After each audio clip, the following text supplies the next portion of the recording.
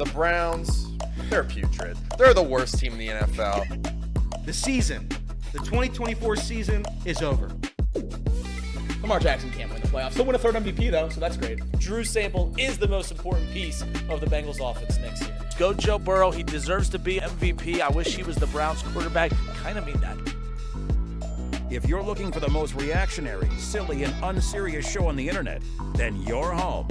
Live from Hamilton, Ohio, it's Off the Bench by Chatterbox Sports on 1410 ESPN Radio. To be honest, if the Reds would have won yesterday, we would have, taken today off, and probably we would have never done a show again until the Reds lost. It's probably true. But then they ruined it. Wow. What was that? Just no one knows really what just happened Earthquake. there. But I have no idea what that was. Weird stuff happening. But we welcome you guys in Off the Bench, presented by UDF. Justin Kinner, Casey McAllister, Elliot Rearing, Jacob Tissett. We're back after a few days off, although we weren't really off. We were hanging out at Presco Field for 2 days. That's right. 2 long days, fun days, but 2 very long, cold, rainy. Did I mention cold? Yeah, and also rainy and cold, and long. So those days were all three of those things. And it was fun. I mean, we got good games in. There was a walk-off home run to end it late last night, right around midnight. So, and if you're going to be at a ballpark for that many hours, at least you get some good games, right? So That's correct. That's certainly a positive. I remember last year we did it, and there was that one game that was like 400 to 392, and it was like that game was never going to end. The games yesterday were really good. Yeah. Really, really, really good. So I was excited for that. Shout out to Wright State. They beat the Xavier Musketeers. That's right. In extra innings. Xavier had a chance to win, but I forget who the first baseman was. Now my brain's broken. But the first baseman dropped the ball with 2 outs. So brutal, absolutely brutal. Again, the Joe Nuxall Classic, that's what we were working the last 2 days. I've never been out to Prasco before. That was my first time. It's incredible. So I heard about Prasco, and I'm like, this is pretty dang cool. Yeah. Like, I'm the OHSA. I'm doing everything I can to have the state championship there every single year. Now, they move it around to some pretty cool spots. I think it was at the Dragon Stadium a few years ago, but Prasco's unreal. Like, that's pretty pretty the sweet. field surface is great. The stands are great. And then you walk out, and there's free concessions, and they got a stand that's handing out free T-shirts, and they got food trucks with free kettle corn. I mean, they could have all that stuff at normal concession prices, and it would still probably be the best structure for baseball in the area. So, I mean, it's an incredible place. When I die and presumably go to heaven, I don't want to jinx that, but presumably go to heaven, I truly think my heaven is Prasco Park. Pretty close, yeah. Like, it's just a beautiful baseball field with limitless hot dogs and just the sun shining, great vibes. The hot dogs are so good, too. So good. So good. So Potato good. buns, dude, like, you can't go wrong. Oh, unbelievable. Cheese on both sides of the burger. That's how you know That's professional. you have a top shelf establishment. I mean, they're professionals. That's is right. what they are. So shout out to Prasco. Unbelievable event this year. Casey, did you leave the truck? Now, I think he did leave the truck once because free Chick-fil-A. No free ads, but it was free, so we appreciate our friends over at Prasco. But yes, you did come out free Chick-fil-A is what kind of gets Casey out of the truck. Yeah, I mean, it probably wouldn't have happened without the rain delay, to be honest with you. That there was some time there to kill, so just was able to get out. But yeah, thanks to Prasco Park. You guys had already mentioned the free food.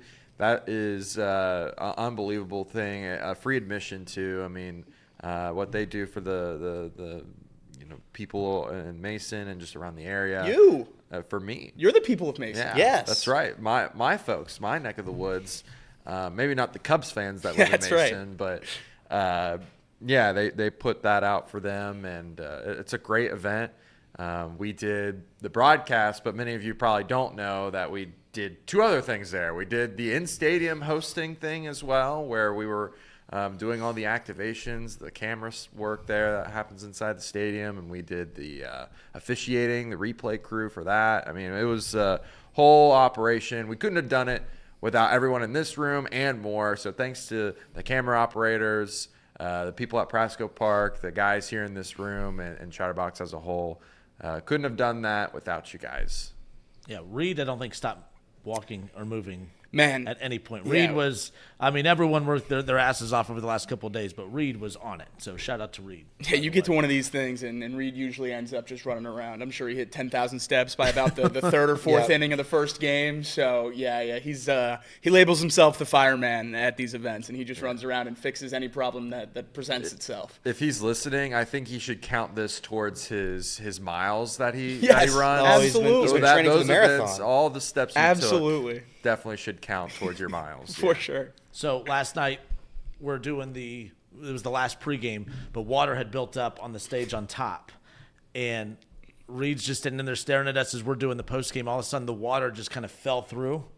I mean, it just missed him. I mean, it just missed him. And I told him, I was like, I would have felt bad, but I'm kind of bummed. The fact that it was that close, I wish it just would have done it just for the sake of.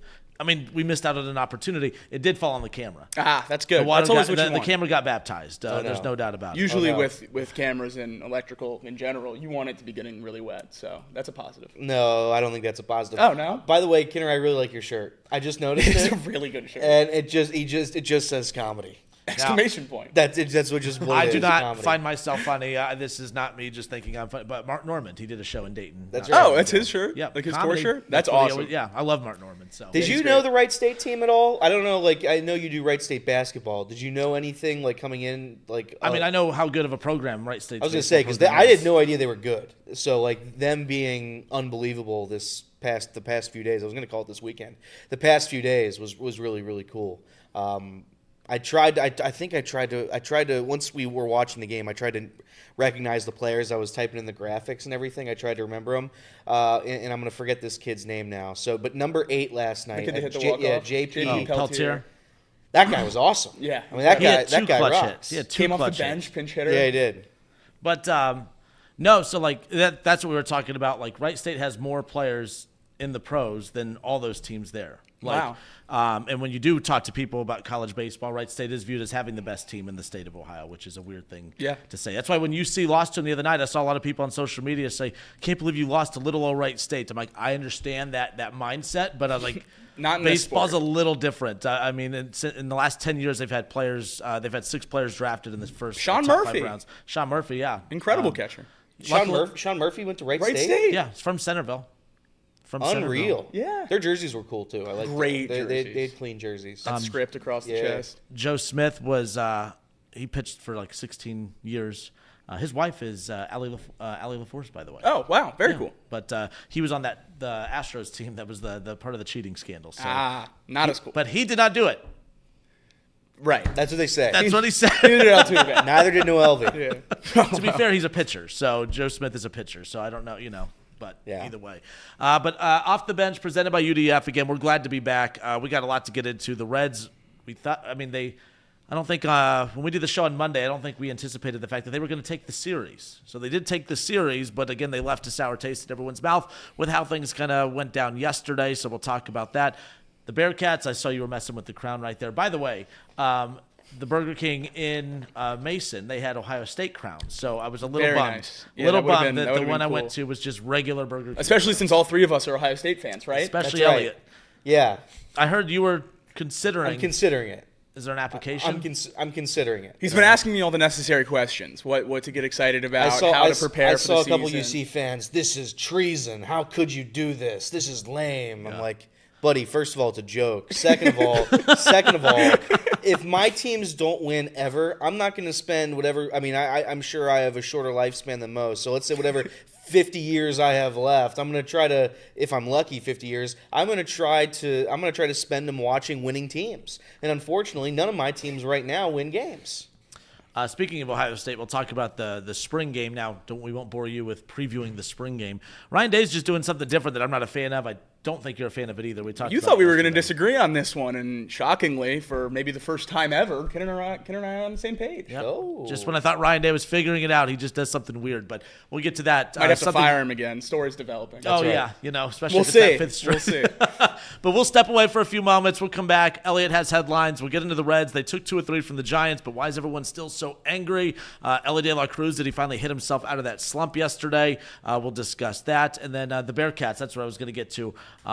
some key players staying, but a lot of big players leaving, good or bad for the Bearcats on the hardwood. We'll talk about all that more coming up throughout the next couple of hours. This is Off the Bench.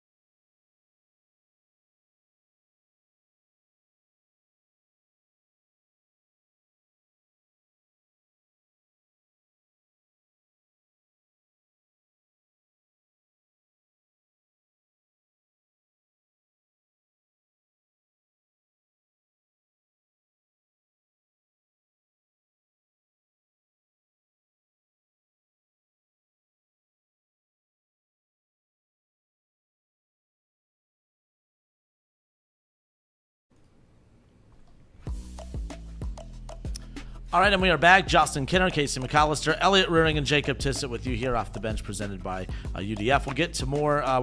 We'll dive deeper into the Reds. They take 2 or 3 from the Giants on the road. They have the Pirates coming up this weekend. An off day today. An opportunity to, they win their first series of the season, and they have an opportunity to keep that momentum going a little bit. Or do they have momentum? I mean, people are furious after what happened yesterday. The Reds go from struggling to score runs to putting up a ton of runs yesterday, and then, losing the ball game. So we'll get to that coming up around the corner, but let's kick it over to Elliot for Elliot's Headlines. Score updates, breaking news, local and national headlines, whatever's going on in the world of sports, Elliot has you covered. Off the Bench brings you Elliot's Headlines. Haven't been able to watch a lot of sports, but I do have headlines. No whistle today. That's good. The whistle probably would have. We've said it a couple times now. I think we're running into a top 5 QB problem where you have like 8 to 12. Sure. This is probably the least whistle day ever. Maybe of all time. You're right. It might help wake us up, though. It might. The Reds. They blew a 6-1 lead. Final score 8-6. They're the only team. They're the only team in Major League Baseball that when they win a series, you feel bad about it. That's right. At no point during this series was it remotely fun.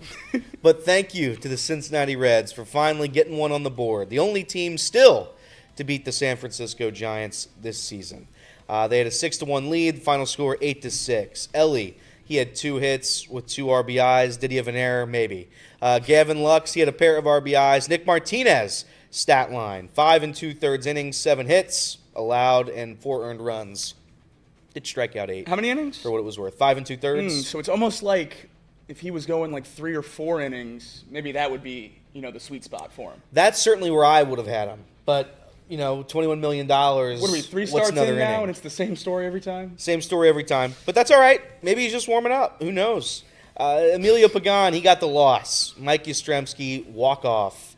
As for why Terry Francona let that happen, Yastrzemski was 1 for 6 versus Emilio Pagan in his career. So let's just roll him out. Righty-lefty, didn't matter. Boom, home run. Francona's really hurting my, old school managers are better than the nerd managers, but he's really in the very infancy stages of this. He's really kind of killing my vibe when it comes to that, to be quite honest with you. He's going to make me a nerd. He's going to make me a nerd very, very quickly if he keeps this up. I just want to be clear. I would say almost unanimously amongst the Reds fandom that I follow on Twitter, it's been a bad start for Terry Francona. I don't know how it couldn't be. Yeah, I mean, I think that everybody was questioning, the Ian Jabot thing opening day for sure, but ever since then, it's been like he doesn't have a grasp for the guys he has in this team, and maybe that's not his fault because they're not good enough. But I feel like there's been some decisions that just have made no sense whatsoever in terms of how the game has changed. I mean, he hasn't coached in a couple years now, right? Or at least a year. So I don't know if maybe he's unfamiliar with it. I don't know. I don't know how it works. I still believe in Terry Francona, but it's certainly been something to watch going forward. I still believe it's going to be a net positive when we get through 162. Yeah. I still do believe that. I will say this far into the season, a lot of the mistakes that have cost us games so far, I do think, A, fall on his shoulders. Sure. And B, I don't know that David Bell's making. Yeah. He's not closing Ian Jabot on opening day. He's probably not pitching a righty-lefty matchup there. Stealing more bases. Right. So, there's two edges of the sword here. I think, when we get to the end of 162, Terry Francona is going to get this team in a better position to win, if not this year, next year, and in the future than David Bell was. We all know that. Yeah. It's very frustrating right now. It's bad. It's not fun. The Reds are off today for the first time in a while, so enjoy it. They can't lose today. The Brewers, they dropped 17 in Colorado in their 15-run victory. So good for the Brewers. It's a tough place to play in Colorado. That's right. I'm glad they were able to squeak with that one out. That's right. Over their last 3 games, the Brewers have scored 32 runs and only left 8 runners on base. That's the fewest left on base by any MLB team to score 30-plus runs over a 3-game span in the live ball era. They could win 9 straight World Series. I'd still say every season before the year, they don't have it. Right. Every year, I'd say it. Yeah, speaking of not having it, Jackson Chorio, one of the best young players in the league, their outfielder, 12 RBIs, 6 extra base hits, 3 home runs, 2 doubles, and a stolen base over his last 3 games. And you're saying that's good? Yeah, since RBIs became official in 1920, the only other MLB players to hit those marks in a 3-game span. Just tell me if you know these guys. Babe Ruth, Lou Gehrig, Shohei Ohtani? Nah, it doesn't ring a bell. The Twins, they shut out the Royals 4-0. The Twins shut out the Royals 4-0. Jonathan India 0 for 4. Womp womp. The Braves, they drop another game. This time to the Phillies 4-3. The Braves might stink. Trey Turner was the 9th inning hero in Atlanta for Philadelphia. The Rays, they hold on to beat, not the Braves, the Rays hold on 5-4 to beat the Angels. This is kind of an interesting one. 6 combined home runs in that game. 4 solo shots for the Angels. Final score again, Rays 5, Angels 4. The Rays' 5 runs were on 2 home runs. So every single run in that game accounted for via the home run. How about that? The Dodgers, they win 6-5 over the Washington Nationals. Freddie Freeman is expected to return off the IL on Friday, which is tomorrow. Man, days. You talk about days. I don't know what day it is today. Yeah, this is the least Thursday feel. We're both big Thursday guys. Big Thursday This guys. is the least Thursday feeling Thursday. Feels like Monday, right? Big time. Feels like Monday. Big time Monday. Which honestly is going to make tomorrow feel even better because it's not going to be Tuesday. Yeah, it's going to be Friday. 100% right. Tomorrow might be one of the top Fridays of the year. Yeah, I think it might be. Wow. The Orioles were blanked by the Diamondbacks 9-0. Yesterday, 2-1 win over the Sacramento A's. The San Diego Padres were. They're just the A's. You're right. They're just the Athletics. Sorry. They play in Sacramento with a Las Vegas patch on their sleeve. You're right. The Chicago Cubs, shout out to the Cubs, they lost. Rangers 6, Cubs 2, womp womp. And the Pirates, they walked off the Cardinals in the 13th inning yesterday. They beat the Cardinals 2-1. How about that? Heading over to the association, the Spurs, they stunned the Warriors last night at the buzzer on a Harrison Barnes 3-pointer, 114-111 the final score. The Nuggets, they win their first game since firing their head coach and GM.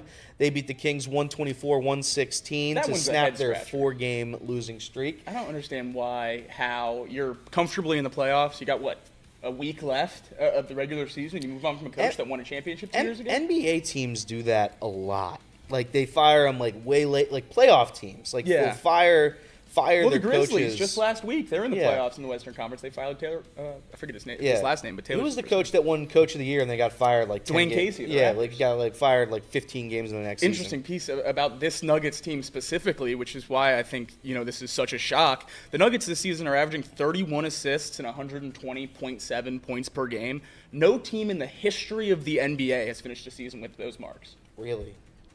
And you fire your head coach who just won a championship a year ago with the 2-time MVP at your center? Yeah, I just don't understand it. There's got to be more to that story. That's very, very strange. About when Casey won that Coach of the Year, remember they do the NBA awards at the end of the season? Yeah. Well, he was fired and then had to go to the NBA awards and go up on stage and be handed the Pistons Coach of the Year trophy, but That's he was hilarious. not the Pistons coach. So congratulations. That is hilarious. The Bulls, they stay alive with a 119-111 win over the Heat. Josh Giddey dropped 28 points, 16 boards, 11 assists. Again, I think the Bulls hold that final, whatever you call it, spot. They usually do. That's kind of where they live. The play-in's perfect for owners number 10, like him. Number 10 on the East. You just get to say, we really tried. We made it. Without putting any money into the We team. made They it. are 9th in the East. Okay, 9th. They did sell this year, no? Didn't they? They don't have. I mean, they traded Zach Levine, but they traded him with a first-round pick to unload his contract. So I don't know if you can necessarily say that's. You're right. And it's certainly getting rid of something. You're right. The NBA is just the best, man. Pulling up these standings. Bulls 9th, going to be in the play-in, 6 games under 500. Heat 10th, 8 games under 500. Yikes. You got the 8th seed, 5 games under 500. This is top shelf. What's the 7th seed? 7 seed's 500. Okay, good for them. West is much better. The Lakers, they beat the Mavericks 112-97. Luka dropped 45 points, 8 boards, 6 assists in his return to Dallas. Yeah, seen crying when they played the tribute video on the screen. The fans and the Lakers bench chanting Luka when he checked out of the game. The Mavericks bench pretty stoic in that moment. It has to be pretty awkward for those fans and coaches on that team. Obviously, they didn't trade Luka, probably didn't want to trade Luka. That's a front office decision. I will give Nico some credit for being in the stadium last night. That would have been an easy game to miss. He was there, took the booze and everything with it. But, yeah, there were no louder cheers in Dallas last night than when Luka made a shot, which has to be a pretty weird environment to play in as a Mavericks player or coach. But, yeah, I mean, it's just getting worse and worse for the Mavericks. The trade of Luka Doncic will go down as the trade that ended the Dallas Mavericks. That ended their franchise. And I don't know if it was intentional. There's a lot of theories as it was very intentional. Yeah. And it's going to be a spark for the reason they move out of Dallas. But, boy, I mean, if you're a fan of that franchise, there couldn't have been a worse year for you probably as a sports fan in your life. Because I literally couldn't imagine. Baseball, it's a little bit different, I would say, because, you have the Ellys and the Shoheis, and they're going to land on the Dodgers and Yankees. That's just how sports are. But the NBA, it does feel like you can keep your superstar. They built the contracts so that you're incentivized to stay. Like you can have your main superstar. He's going to have the most jerseys sold. He's going to give you the reason to come to the arena every single night. The rest of the team might not be great, but you're going to have one superstar. Every NBA team usually has one superstar on their team. The fact that the Dallas Mavericks decided to trade theirs, who happened to be a top 5 player in the league, for basically nothing. I don't want to call Anthony Davis nothing, but come on. I mean, they traded him for Anthony Davis and 1 first-round pick. It's going to go down as the worst trade in NBA history, potentially the worst trade in sports history. Still a lot there's maybe too much regarding the other sports to call it the worst trade in sports history. But it's certainly the worst trade in NBA history. And honestly, like I know Adam Silver said he couldn't have vetoed it. That trade should have been vetoed. Yeah, looking back on it, that should have been vetoed. And like there may be there's the argument, well, they could have had a chance if Anthony Davis and the other 15 players all stayed healthy. One, by the way, prioritized health. They did. But it's embarrassing. Honestly, it's probably a stain on the NBA. Yeah, two of the most injury. First of all, you bring in Anthony Davis and Kyrie. They play together. That's one of my favorite 1-2 punches in the NBA. But they're also two of the most injured players in the NBA constantly. Like, I would really love to see if they do play for the Mavs next year, how many of the 82 games that they actually played together. Kyrie, a free agent this offseason. Because probably a Laker. Yeah.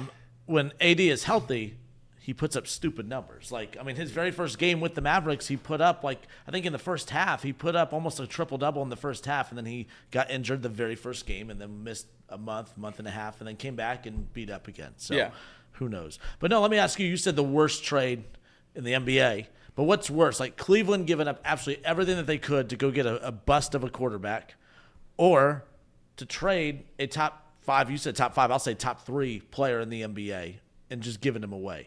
What's worse? I think it's significantly worse what the Dallas Mavericks did. Significantly worse. That's the nicest thing you've said about my team since we started working together. I think what the Browns did was disgraceful. But here's the thing. They were taking a calculated risk to better their team. The Dallas Mavericks made that trade to worsen their roster in a season where they could have been they were in the finals last year, a contender for the championship. Yeah. Like that's the difference. And it's, in my eyes, it's not even remotely close. I know that trade set the Browns back probably 5 to who knows how many years, but that set the franchise of the Dallas Mavericks back forever. It was they will lose close to $1 billion through this. $1 billion through the course of Luka's career from this trade. They will not recover from that trade ever. every report that comes out about, the Mavericks and the whole ordeal in the relationship, everything just gets worse and worse. ESPN's Tim McMahon reported today that team sources tell ESPN that the Mavs lined up lucrative sponsorship deals for Wednesday's return to Dallas for Luka with multiple companies that Doncic endorses, but those deals fell apart after Doncic's camp and the Lakers failed to give it their blessing, saying, quote, he now plays for the Lakers. Yikes. And they deserve it. They deserve every cold shoulder they get from Luka in his camp. He's fat. Yeah. 45. He's fat.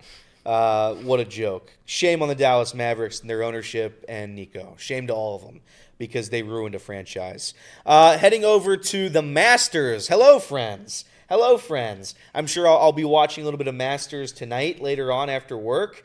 Who knows? Maybe I'll stream it right now during the show because we are live right now. And I believe, unless this has changed, so let me check real quick. I typed this out before the show, and it's been a half hour. So I'm going to do this real quick on the fly, and I'm going to see if I can update it. You got the app downloaded? Well, I don't. Well, you gotta have the Masters my app. Phone's too old. Oh, My phone's too old. I couldn't get the March Madness app this year. Elliot. Because my phone was too old. Get a new phone, man. If the chat wants to buy me one, that's fine. But other than that, I'm gonna Super chat. Yeah, super chat me a new phone. Anybody got it? Are you looking for the current leaderboard? Yeah, I got it. Okay, so Jonathan, Vegas. I believe I said that right. I was gonna rock with Vegas. Okay, Chris Kirk, Zach Johnson, amateur Noah Kent, Aaron Rye, I think that's Sean Connor's good friend, Brian Harmon, Steven Yeager, and Joaquin Neiman, all at 2 under par, except for Noah Kent, who just dropped out as I was reading that. All at 2 under par to lead the Masters so far in the first round. I do have a bunch of bets out today for this event, and it does look like a couple of my guys are doing okay. So Godspeed to all my guys. Godspeed to the Masters. Masters rocks. I cannot wait. It's the best. To go to the Masters one day. I don't know how I'm going to get there, but yeah, have to go. I did see some people complaining. They're like, "Oh, full day coverage doesn't start until 3 o'clock. I can't watch anything." Do people not know about the app? I don't know if people know about not know about the app. It's also on ESPN Plus, no? I don't think there's full group coverage until later. But it has like the individual thing, doesn't it? Maybe, but I mean, it's the Masters. I would Yeah. like to watch the whole day. If they're playing, why isn't there, full coverage on TV? I certainly agree with that point. But you can watch whoever you want, whenever you want in the Yeah. app. It's a great resource. That's fair. And I do think there's stuff weird with the right stuff. Yes. So I don't know what that would be. I did see some interesting. It's always fun to see like the funny Masters, like what they can and can't say. Yeah. Like you can't call them spectators. You have to call them patrons on the broadcast. Can't say back nine. Can't say back nine. It's you can't say rough. It's the first cut and second cut, I believe. Yep. All the cool stuff that goes into the Masters. A lot of people, they complain about the traditions and they say it's too niche or whatever. I think it's fun. It's the only event in the world where you can't take your cell phone in anymore. Yeah. And you live like it's 1948 or whatever. I don't know what was going on then, but the food, the concessions, it's like $1 for everything. Just rocks. The By the Masters way, rocks. $77 to get one of everything at the concessions. And you know why I hate that? Really?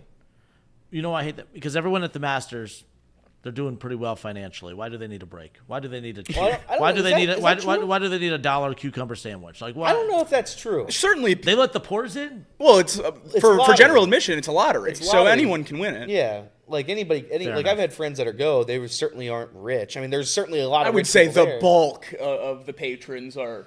You think are so? pretty well off. All right. Yeah, but no, certainly there are, the lottery system and everyone else that gets tickets. Yeah, it's a. Well, I apologize for rich shaming. I did My see some people apologies, complaining. They were like, everyone says it's cheap, but the food actually stinks. I've You heard paid that $2 too. for an egg salad sandwich. You're gonna cry about it? Yeah, no, don't complain also at a about the sporting terrible event. food. Don't complain about the terrible food. You can pack your own lunch. I don't think you can. Oh, you can't? Probably can't bring in outside food. Surely you can pack your own lunch, right? I don't know. I feel like people don't take advantage of that enough at Great American Ballpark. Yeah, I don't The know. fact that that I you ever could bring have. in your own Oh, food. I never do it. When I go to a ballpark, I want the ballpark food. I'm getting 4 conies for $75. Yeah, if you think am I going to Prasco yesterday and bringing my lunch? No, Prasco's got me. Well, it's free. Yeah, but even if it is wasn't, so if different. Prasco charged me $6 for a hot dog, I would I'm also, still yeah, buying I their would hot still eat dogs 3 because they hot rock. dogs. I eat like such a piece of crap. Yeah. Like I feel horrible because of how much free food I eat. Yeah, I got I an ice cream. I was freezing cold. I just got an ice cream because it was free. 'Cause it was there? Yeah. But I saw people. We'll talk about it. Yeah, I'm ADD. Sorry. Were those your headlines? Those are my headlines. There you go. One more thing to add: some confirmed wait. visits. Sorry. No, not last headline. Jizzle James is back. That's right. Ooh. Woo! Go ahead. You excited? The Crown. You excited? The Crown. Casey wasn't here. There we go. Casey has a crown. You have a crown. Right below you. Oh, I do. Right below you. Oh, I missed the crown. Now I'm crownless. I've got. Oh, let's look go. at that. Look at We that. got more crowns. Look at that. We all. The Cincinnati Bearcats have returned Jizzle James. Now that's a clip. And we are going dancing next year To Vegas? Royalty. in the historic Crown Okay. Invitational. Okay. Shout By out the way- Nebraska, reigning champs. That's right. Don't disrespect the Crown. It was more highly viewed than the NIT. That's true. So it's the second most prestigious college basketball tournament. What was that stat? Just saying. It's like you had the second smelliest poop. I don't I don't care. There are trophies for that. Yeah. Are there? I don't know. Maybe. Yeah, it's called the Crown. In terms of other headlines around Cincinnati, Bengals had a lot of visits over the weekend, over the last couple days. Most notably, a lot of running backs, a lot of second, third round, mid-round running backs. So maybe look for the Bengals at pick 49 or 81 to add to that backfield with Chase Brown, Travion Henderson, Quinshot Judkins, and Iowa running back Caleb Johnson. All three visited the Bengals over the last couple days. None of those three guys will be available later than the second. Johnson maybe in the third, fourth round, but Quinshon Judkins, Travion Henderson, both going to be, first-round picks. May not even be there by pick 49. So the fact that the Bengals are spinning the tires on these guys really makes me interested to see what they're going to use early on the offensive side of the football. Other than that, guys, we've talked about a lot on this program. Walter Nolan and James Pierce Jr. both having visits with the Bengals. The James Pierce visit, really important in my opinion, because obviously the main concern for him is off-the-field issues, and that's what you're trying to address in this meeting. He's no doubt a top, I would say, 10 to 12 player in this class. If you ignore those off-the-field issues, obviously you can't ignore that in the draft season, so we'll see how that meeting went. Other than that, it seems like they're going pretty much down the line, offensive tackles, offensive guards, defensive ends, and I would not expect that many surprises in this Bengals draft class. The good thing is your front office is very good at kind of combing through the red flags and establishing what's real and what's not. So usually they just look at a player's profile, and if they played in the playoff, then that's good enough. Fair enough. James Pierce did. Fair enough. Not well. So there you go. Off the bench, presented by United Dairy Farmers. Let's talk about the Reds. Let's bring the mood down. Want to bring the mood down? It's hilarious that we say bring the mood down for the Reds who just won a series. Their first series. Yeah. Their first series. Let's talk Reds. Reds get their first series win of the season. They're off today. Then they turn their attention towards the Pirates back at Great American Ballpark. So we'll get to all of that when we come back. More Off the Bench next.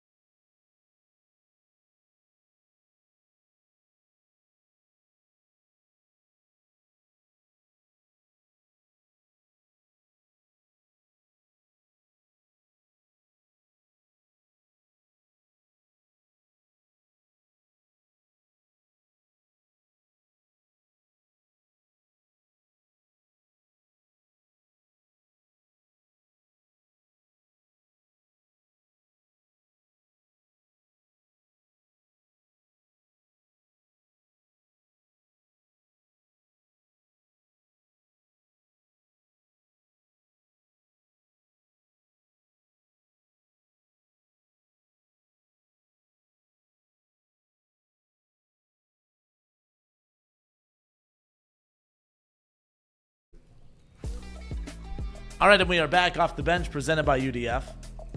Elliot was judging what I did to keep warm at Prasco the last couple of days. him. Appreciate the free kettle corn, but they would give it to you in these big solid bags, and when they comes out fresh, it's very, very warm. I was not very, very warm, so when they gave me the 2 bags, I just moved my hoodie up, and I put. I see no problem here. So then I just walked around hugging my popcorn for the last couple of days. I'm weird. I don't care, but I was warm. I have no doubt that was effective. It really was. I'm sure it was effective, but at what cost? No free. cost. It was free. Nice. But I see your point. Weird move. But also, just move the hoodie out, reach in, eat popcorn. I mean, if I would have seen you do that, I would have taken a video and I would have shared it with everybody I knew. Or you probably could have just sent it to Mouse Cop and he would have. Mouse Cop would have. Plastered it If everywhere. Mouse Cop had that video, it would have been the end of you. As if the way he's been taking it easy on me. Yeah, Right, yeah, right, yeah. right, right. You know, but very good point. Very good point. All right, Cincinnati Reds get their first series win of the season, and I saw Craig and Kirby in the postgame talk about this, that if you would have told them on Sunday that the Reds would go to San Francisco and take 2 of 3, that we'd be pissed off on Thursday, what the heck would have happened? But the weird thing is when the Reds won the first 2 games of that series, I remember saying, like, well, I'm happy they won. But usually when you start winning after losing the way the Reds have, like, they start doing things that they haven't been doing to be able to get those wins, and they really weren't. The last 10 games, the Reds have scored 2 or less runs in 7 of the last 10 games. So even when they won games 1 and 2, they weren't playing better. They were still doing what they've been doing and pitching really, really well. When they lost those 3 straight 1-0 games, they pitched really, really well. They just couldn't hit. They got shut out for 3 straight games, which was brutal, of course. But, like, then you go on, you win the first 2 games of this Giants series. You put 2 runs up and 1 run up, and it's like, okay, I feel good for one. Love Hunter Greene. It's awesome seeing not him just pick up where he left off, but look even better than he did a year ago. And then Nick Lodolo looking as dominant as he has. The Reds have like a legitimate 1-2 punch right now, which we've been saying that for a while, but I don't think we've trusted it. I think we're starting to trust it a little bit. The Reds have a legitimate 1-2 punch at the top of the rotation. But even when they've taken 2 or 3, they win that series, but it's not as if they're playing better. They're still playing the exact same way that they were when they were losing those games. They're not able to put the ball in play. They're not able to drive in runs. You took the first 2, as I mentioned, with a 2-0 win and a 1-0 win. You were still playing the same poor, offensive production that you were, previously. 7 of the last 10, 2 or less runs. That is, that's something. Yeah. Now, I'm happy with the win. I'm happy with the series win. It's a bummer because yesterday you're up 5-0. You have a big lead, and with that pitching staff, like, you shouldn't let wins like that slip through your fingers. We're in the infancy stages of this season, and there's already a handful of games that we're looking back at saying, man, opening day, you'd love to have that one back. You would love to have any of those 1-0 shutout losses back. Just one of those. Win one of those. I mean, you can't just give up 1 run for 3 straight games and the narrative be that you got held, scoreless for 3 straight games. You love to have 1, if not 2 of those back, and you love to have that back yesterday. At least 4 wins left on the table, which is a big deal right now because no one's pulling away in the division. Not that we really care about that so early, in the season.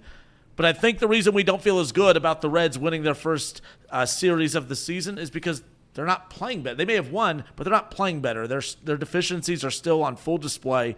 Their pitching literally carried them to the first 2 wins of that series. Yeah, Reds are 5-8 with 2 blown leads and 3 1-0 losses. That's 5 of the 8 losses that are very easily convertible into wins if you just play average baseball. Yeah. So, yeah, it's very frustrating to watch this Reds team give up opportunities to win games because I don't think anyone in this city thinks they have a ton of wiggle room when it comes to their record to try to make the playoffs. You certainly have to win games when you're up 5-0, and they obviously weren't able to get that done yesterday. But we've talked about it on this show, certainly after opening day and how crushing that loss was, and after even winning the first game of the Rangers series, saying it doesn't matter, individual games, when you look at the grand scheme of the season, series wins are what matters. And if the Reds are able to stack series wins, as depressing as this series win is with how Game 3 ended, that's how they're going to be able to get back. If you keep winning these series over and over and over again, then all of a sudden, boom, you're above 500. You're trading 2 for 1, and that's how that works. So, yeah, is it upsetting? Would a sweep would have been great? Absolutely. It would have been phenomenal and would have had vibes very, very high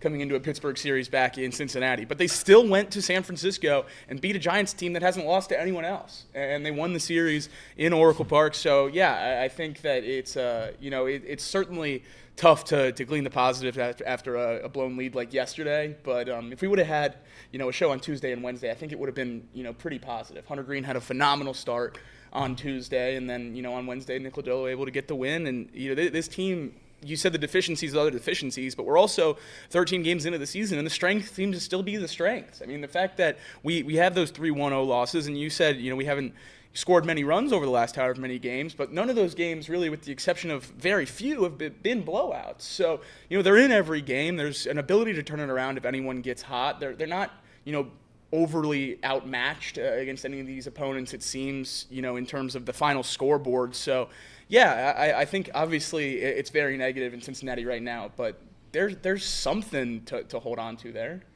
Good positivity. Let's be negative. I told Jacob and Trace at Prasco 2 days ago, I hate watching them. Yeah, you did. I don't enjoy the games when I watch the Reds anymore, and it's just frustrating. It's just brutally frustrating to watch the team. I said before the year they're going to play an exciting brand of baseball. They play the worst brand of baseball in the league. It is so boring. It's so bad. Pitching staff, thank God you exist. Thank God for Hunter Greene. Thank God for Nick Lodolo, Brady Singer. Thank God for our bullpen, who's been great so far. I know they struggled yesterday. Thank you for the pitching staff. They've been unable to play complementary baseball for seemingly like 5 years now. In 2023, the offense, the young guys come up, the offense looks great. They score 9 against the Pirates, right? Remember that one? They were in the thick of it, trying to make the playoffs. They scored like 9 against the Pirates to go up 9-0. Somehow lost that game. Yep. So the offense was good. Pitching was bad. Okay. What happens in 2024? Pitching's pretty damn good. Bullpen's all right. Starting pitching when they're healthy is all right. They look pretty damn good. What happens to the offense? Disappear. No offense. So hitting in 2023, pitching in 2024, and now this year we're back to pitching again. And I was listening to Nick and Craig, and Nick's not wrong. Nick said, when you have an elite pitching staff, and by the way, the Reds starters up until yesterday had the lowest ERA in baseball. The lowest ERA in baseball. When you have that, you're able to squeak out those 1-0, 2-1 wins. You're able to do that. You're able to have narrow victories. The offense doesn't have to be as good when your starting pitching has the lowest ERA in baseball. But eventually, this team has to come together and start playing a little bit of complementary baseball. Just a little bit. And that goes with the defense. It goes with the nonsense errors. It goes with the stupid mistakes in the base paths. Everything that goes into it. They just don't have that. So when I sit and watch the games at night, I look around and I say, why did they not address this more? They could have addressed the offense. They didn't. They chose not to. Austin Hayes has not played a game, and Gavin Lux has not been good. It's just what it is. Shout out to Gavin Lux. He had a couple RBIs yesterday, but he hasn't been good. It's early, and we unfortunately have to say it's early every single clip we talk about the Reds, because everyone's like, it's going to be so early. You're only 10 games in, 20 games in. But here's the thing. Kinner's right. It hasn't changed. Right. Every time you watch the Reds, it's the same brand of baseball from the night before. They don't improve. They're just as good as they are from the previous day, from the previous year, from the previous 2 years, from the previous 5 years. They haven't evolved. The difference this season was supposed to be Terry Francona. That was supposed to be the thing that changes the organization. It has not happened yet. I will say yet. I'll throw a yet on there. But it has not happened yet. Terry Francona has not been good. He hasn't been. And to anybody who's watching these games and thinks that Terry Francona is doing a better job than David Bell right now, you're clueless. You're clueless. David Bell was not good as a Reds manager. He did not win a lot of games. He didn't really make the playoffs. Shout out to COVID. Didn't really make the playoffs. David Bell getting fired, moving on from David Bell, just because in his 6 years, he didn't do enough, that makes sense to me. You can rationalize that.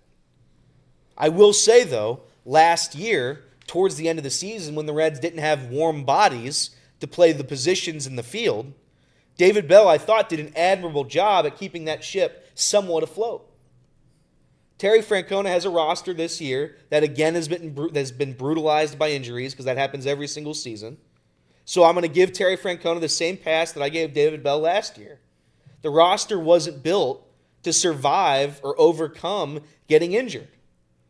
And how we haven't thought of that, 3 years, with 4 straight years, with having the same consistent problems. I got a DM from Fetters yesterday. Matt McClain, IL again.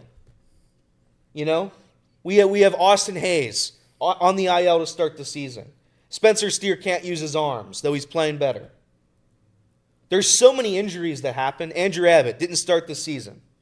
There's so many injuries that happen with this team. And the Reds, I don't know if it's a money thing. I don't know what it is. And we keep saying they've got depth. They don't have depth for the offense. There's no depth on the offensive side of the baseball. So I'm not overly negative. I'm not down on the Reds. I said coming into this year, temper your expectations, weather the storm. It's going to be a long year, and that's what it's going to be. Because the offense wasn't built to win games. The pitching was. They did half their job, the front office did. The offense wasn't good enough. And we knew that coming in, and we know it right now. So we can sit here and say until the cows come home that it's still early and all this nonsense. But you can't realistically expect an offensive identity to change when you don't make changes. It's Gavin Lux and Austin Hayes trying to fix a nine-man roster, a nine-man lineup, and it can't happen. So, yes, you won the series. Yes, it's good to get on the board, and Jacob's right. If you stack those up, who the hell cares how ugly these games are? Just win the series. They come home, stack a series again, and we'll just try to keep getting better day by day. The Pirates play ugly games too. Yeah. So it's going to be an ugly fest at Great American Ballpark. I will say, if you're looking ahead and trying to be optimistic about this Reds team, 5-8 so far against the 9-3 Giants, 9-4 Rangers, 6-5 Brewers. Next series are against the 5-8 Pirates, the 5-8 Mariners, the 5-8 Orioles, and the 6-6 Marlins. So there is a chance here in those next 12 games to prove that maybe we aren't in that Giants and Rangers tier, but we're certainly not in the Pirates and Marlins tier. Now, I don't know whether that's the case or not, and we're going to find out over the next 12 games. But there's an opportunity here for the Reds to stack some wins against teams coming into the season we thought were below them. The Reds aren't the worst team in baseball. They're not. The reason we're all frustrated with the Reds is because we think we're way above the Pirates and the Marlins. And I agree with Jacob. I think we are. I don't think they're in the same conversation as us. The issue is, and it's why we're all frustrated, is because they don't play up to what we think they can be. Right. So I'm hoping that changes. You have to take advantage of these next 2 weeks. You have to. Or you're not going to have a chance come September. Not that we ever do, but you're not going to have a shot. We said last year the Colorado Rockies and Marlins series. Remember when we said that? That's what it was. Yeah, I couldn't remember the series last year. It was the Rockies and Marlins. We have to take advantage. And then I think it was the Nationals, the series out of the break. Right out of the break. And they finished, I think, with a losing record. It was either a losing record or a 500 record. And it's like, you have to take advantage against teams. And they swept the Yankees. Didn't they do something crazy? They swept the Yankees and then were swept by Detroit. And then they had swept by the Nationals. That was Jimmy's winning moment. Shout out Jimmy. Yeah. So that's what we're talking about here. That's the issue with the Cincinnati Reds. And we can go into depth and more player by player here. But speaking in generalities, if that's a word, is generalities a word? I don't know. Yeah, it will be today. I think that, like, if you're able to have, a couple other offensive players step up a little bit more than they're doing, I think with how good the pitching staff has been, you're going to be in the fight come August, come September. You just need it to happen, and I don't know what the magic switch is. I don't know if there's a set answer for it, but it's increasingly frustrating for me to watch this team, knowing that there could have been more that the front office should have done, and I wish they would have to address this offense, because it's a shame that the pitching staff has to be the best starting pitching rotation in baseball at the hands of the worst offense in baseball. All right, off the bench, we're going to continue on with the Reds. You mentioned the Matt McClain thing a little bit ago. We all knew how that movie was going to end. We'll put him on the 10-day IL. For one, we're going to scratch him from the lineup, but he's available to DH, late in the game, which irritated me. I'm like, just put him on the IL already. We know how this movie ends. But when will he come back? How severe is this injury? Also, there was a little bit of reconstruction of the roster over the weekend. Will Benson was called up. Noelvi Marte called up. What should we expect from Noelvi Marte and Will Benson? We already saw Will Benson, kind of. So we'll talk about that. What should we expect with this injury with Matt McClain? Elly De La Cruz, although had a couple big hits yesterday, his struggles in the month of April continue. We'll talk about all that and more Reds talk next.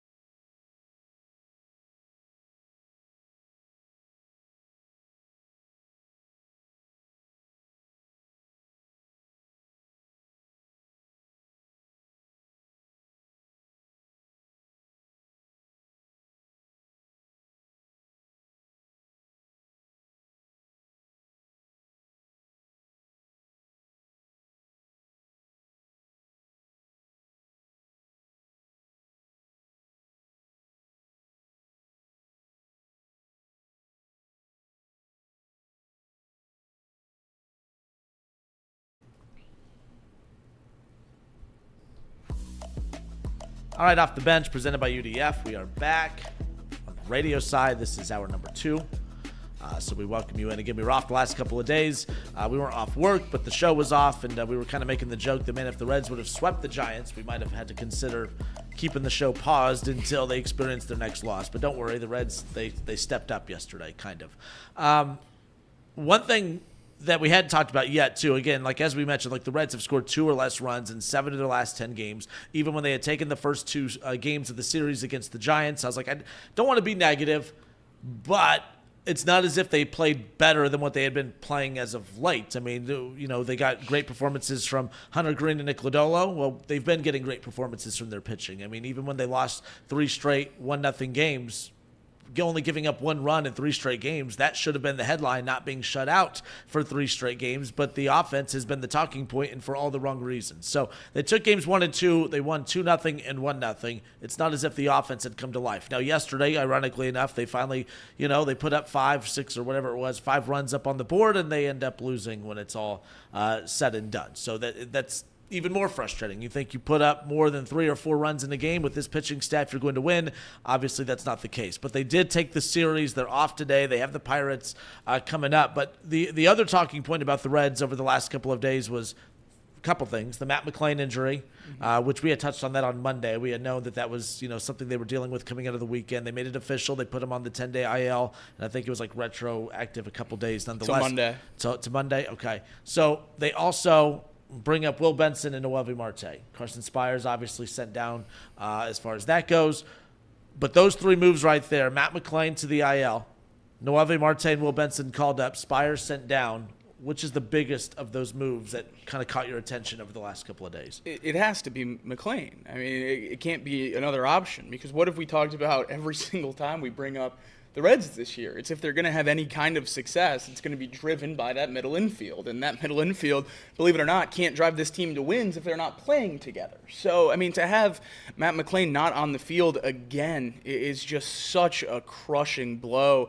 He's played now, I think it's like 10 out of the last 175 games or something like that for the Reds, obviously, after missing last season. So, yeah, it's as upsetting as it comes. And this is, we talked about it on Monday before he went on the IL. Obviously, he had been scratched from back-to-back games at that point. And, yeah, it's very nerve-wracking, because this is now, you can't look past it with Matt McClain. This is a reoccurring issue. He's missing time with injuries to any different part of his body. Obviously, the shoulder last year, now the hamstring this year. It's very nerve-wracking, and it's very frustrating to see him hurt and on the IL again, missing time. Hopefully, when you know the 10-day stretch is over on Monday, he's able to come back and he's able to play, and then in a series after Pittsburgh. But I mean, how are you going to have any optimism about him playing a long stretch of games at any point in time this year? I mean, I don't know that I can comfortably say he's going to play 30 games in a row at any point in time this year. No, so, yeah, it's as bad as it can come right now.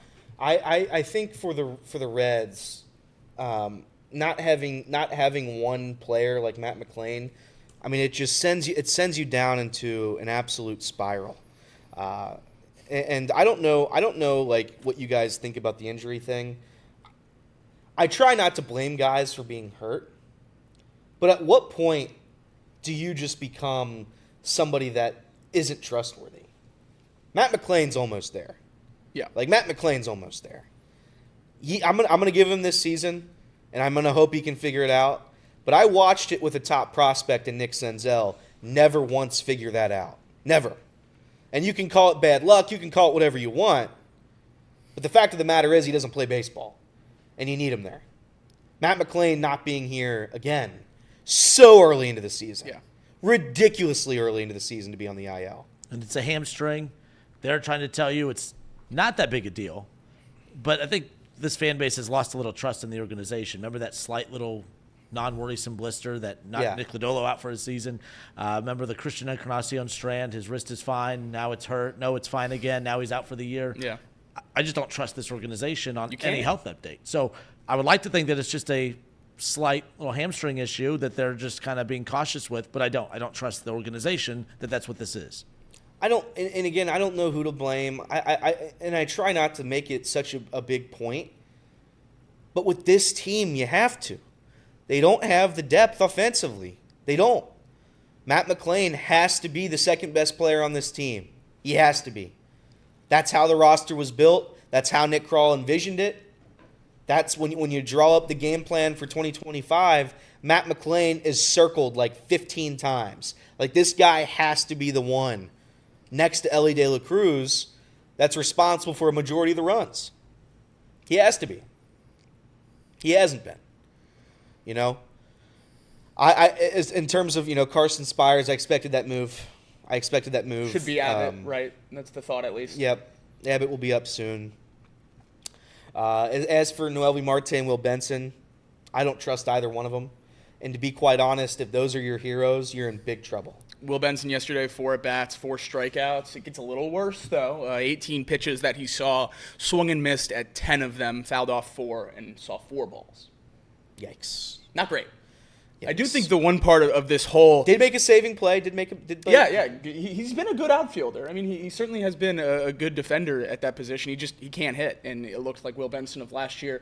Again, yesterday, swinging over center cut fastballs and just a brutal plate approach that just really doesn't set him up for success. Reed said yesterday when we were watching the Reds game during that rain delay that no one cares if you can differentiate strikes and balls if you can't put the bat on the strikes. Yeah. And I think that's where we're at with Will Benson now.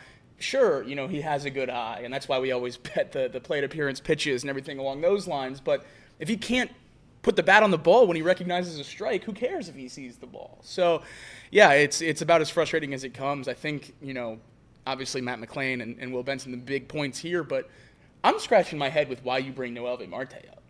Why bring him up to just have him ride the bench next to Jacob Hurtubise, in the dugout all game? Get him the at-bats in AAA. Play him every single day in AAA. I know he's hitting 400. I know he's playing great, but if you don't have a spot for him in the majors, this is a guy that, I know he was so upsetting last year, but the year before, we thought he was going to be a crucial piece of this team. I mean, Elliot and I agreed that he, outside of Ellie, was probably the most exciting player going into that next year before the steroid suspension. So I still have faith in him being an impactful player for this team at some point in his career. And I think the only way to, have some success with that right now is to get him at bats. I mean, he's so young, and he needs the plate appearances, and I don't think it does him any good to be riding the bench in the major leagues. I agree.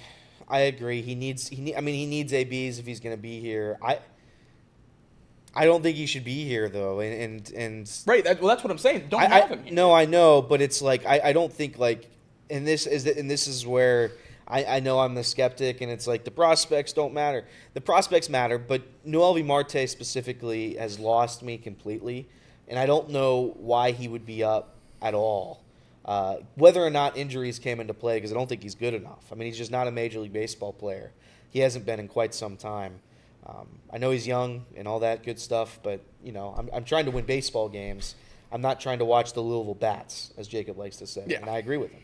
So, I mean, if you're going to bring him up, he has to play. I mean, you can't just have him sit. Jeimer Candelario sucks. That was my next and no point, disrespect. Yeah. I'm trying not to be disrespectful to half these guys, but Jeimer Candelario can't hit. It's very, very, very close to the Mike Moustakas deal. I'm very close to just stamping a big moose on it and calling it it's Moose 2.0. We're very, very close. So would I rather have Noelvi Marte take at bats over Candelario? Sure, because I guess they're one and the same at this point. But we have so many guys that just aren't cutting it. Just so many guys that aren't cutting it right now. And I don't understand why Noelvi Marte was the answer at all. It just doesn't make sense to me. He's not going to help. So I'm glad you brought up the Candelario thing. Now, he's only been on the roster for one game, right? So Marte. Yeah. So when we say they call him up to sit the bench, I don't want to overreact yet. I kind of want to see how he's used in the Pirates series. Yeah, it would certainly be interesting. So if he sits and doesn't see the field hardly at all against the Pirates, then I'll be more on that side. I am wondering, at a certain point with Candelario, there's some veteran players that just aren't performing well that I don't expect Francona to just completely drop. But Candelario's borderline getting there at this point because it's not just offense, it's defense as well. So you can't. I don't mean cut like just drop. I mean like. I don't think you can get him out of the lineup. I mean, not Marte though. I think at worst you're DHing him more often than not. I think it's very, very hard to justify fan base is a different story now because I think most of us are fed up with Jeimer Candelario. Jeimer Candelario is hitting his plate approach. He's hitting 140. Yeah, it's terrible. With a 208 OBP, a 160 slug, and a 370 OPS. And by the way, he's atrocious at defense. Horrendous. Yeah, but there's no way that Terry Francona is going to walk into Nick Kral's office and say, hey, we're benching Jeimer Candelario for the rest of the season when he's getting $16 million this year, and the next position player is Tyler Stevenson at $4.5. You're right. There's no way they'll be able to sell that to the front office, which is infuriating. But he's got about a month left before I would say there has to be a decision made on whether that guy can be in the majors. I would say the most likely situation, if it continues down this path, is that he gets hurt again. Correct. And we don't see him for a couple months. I mean, he has the same amount of hits as Jose Trevino and 21 more at bats. I can't do it. I mean, he's hitting 140. We got Spencer Steer, who those playing better recently, 143. You have your guy CES. Yeah. Who I try to believe in more than anything. He's hitting 170 with a 204 OBP. I'm just trying. I'm trying to survive here, and they're not giving me anything. Gavin Lux 227, 306, 295, 601. I mean, our team leader in batting average is hitting 250. Yeah, I mean, Jake Fraley, before whatever's going on with Jake Fraley, 188, 235. Espinal, 233. I mean, we got a bunch of guys that can't play baseball, gentlemen. That's what's going on here. And that's why I say, it's not an exciting brand of baseball anymore. It's the front office should have done more, because I look at this lineup, it's like, Nick Krall, what did you see here? Because we all said the same thing. Me and Jacob begged and prayed for an outfielder. Prayed. No, it's coming. It's coming, and then you get Austin Hayes for $5 million, which is a fine move for the Dodgers for a sixth outfielder. That's fine. I know the Dodgers are a different story. But it's just, man, it's hard. It's getting hard to watch, and there's not an answer at this point. You just have to ride it out. I think the weirdest thing from last year into this year, watching the Reds so far, is exactly what you're talking about there with the brand of baseball. I mean, even last year with how frustrating a lot of those losses were, obviously the season far below and most of the expectations fans had in the city, but the team was exciting. Elly was pushing 70 stolen bases, at least pace-wise. He was on pace for 100 for the first few months. That team was very exciting to watch more often than not, even though they lost a lot of games. And this year, there's just not any kind of excitement in the way this team plays baseball. And I think, over the last couple of years, we've said the Reds are taking advantage of these new rules. They're playing small ball, and they're stealing bases, and they're using their speed to their advantage and everything along those lines. Seems like they're putting that back in their pocket this year and really not using any of those advantages that they have, that they built this roster to do. And it would be one thing too if we saw like a little bit of fight. The offense isn't close, right, man. I mean, they aren't remotely close to being a major league lineup. And I'm sitting here watching these games like, are they going to get better? Like, are we going to still believe in this? Are we still going to believe that Matt McClain's going to be the savior along with Elly? Are we still going to believe CES is going to be a 40 home run guy? Am I still believing in this plan that Nick Krall set out for us? Because we're starting to lose faith. I know it's early, and everybody who's watching right now who's a positive fan, I get it. It's early in the season. But you can't look at the stats for this offense and sit here and say, oh, we're going to be great in late June. You can't. You can't have that thought. You can't have that expectation. So I'm hoping the pitching staff can carry us home, because for all the negatives in the world on this offense, the pitching staff has almost made up for it with how good they've been. They've been incredible. They almost make it worse, though, because of how well they're pitching. Yeah. It just reminds you how close they kind of are. It's like we've talked about it before. If your starting pitching's just average and your bullpen's not great and you can't score runs, okay, this is just a bad team. But you have the most important piece to the puzzle when it comes to when you get to the postseason. It's so crucial to have the pitching, and the Reds have the pitching. But will they have anything to show for this pitching? that's going to be where this is kind of brutal. It's just like the Bengals, as we've talked about, that offense. Look at all those offensive numbers. Look at the season that Joe Burrow had, and they have nothing to show for it. No individual awards, nothing.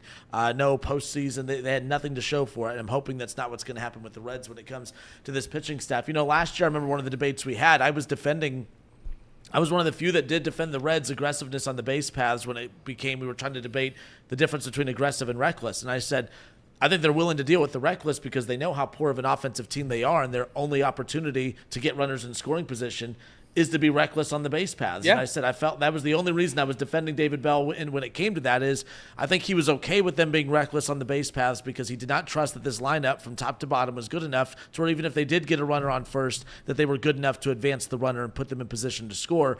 So I think they took liberties and were extra aggressive, too aggressive. And then this year it's the opposite. They are the opposite of aggressive. They are just they're hoping, they are literally relying on every run to be scored by hitting them in and not being aggressive and advancing the runner and trying to do some of those small ball things that drove some people nuts last year, but there has to be some kind of happy medium when it comes to that balance right now. Another thing to keep in mind as well, Tyler Stevenson doesn't sound like he's close to returning. I don't know if you guys caught this. I think it was game 1 of the Giants series, the pregame. Terry Francona was asked about Tyler Stevenson. He's progressing nicely, but he's still nowhere close to being able to play any games anytime soon. So I don't know what that means. Yeah. But there's no hope for him anytime soon, and that's a lot of at-bats for for some of these backup guys. The other problem, too, you bring in Noelvi Marte. Where do you get him at-bats? Because you're right, you can't just make Candelario and his contract disappear. Steer can't throw, so he has to DH. Steer has to, and by the way, he's one of their better hitters right now. So Steer hitting the ball well right now, you can't take him out of the lineup, but the only way for him to play is to be the DH. So where's Noelvi Marte going to get these at-bats? Steer can't play every day, so maybe you DH Candelario every other day, and Noelvi's playing third. You're playing. You're trying to make a puzzle work here where all the pieces are just garbage. Just let the pitchers hit again. If we had a bunch of good players and you're moving them all around to make a great lineup, that's one thing. But we're trying to fix a lineup here by playing Tetris with Will Benson and Noelvi Marte. It's not going to make this team better. We're arguing about the outfield we thought was bad going into the season. Now we're saying, who should we start out there? Jake Fraley, Jacob Hurtubise, Blake Dunn, or Will Benson? We think this team's going to push for the playoffs? Yeah. We're talking about the playoffs? Trying to figure that's a great analogy. I mean, trying to figure out this Reds lineup to try to see what piece. We got to get these guys in there, get their bats in the lineup. You're building the Lego house with Jenga blocks. Yes. It's just not going to work. And we can sit here and try and hope and say they're young and the season's young and it's Terry Francona and we're going to get better and you just wait and the sun's going to come out tomorrow, and you can say all that stuff. You can say it all and you can believe it. You can try to believe it. But it's just not true. It's not true. I'm sorry. I don't want to be negative. I don't try to be negative all the time. I don't want to be negative. God knows I don't want to be. But we got 20 guys and none of them are close to hitting 250.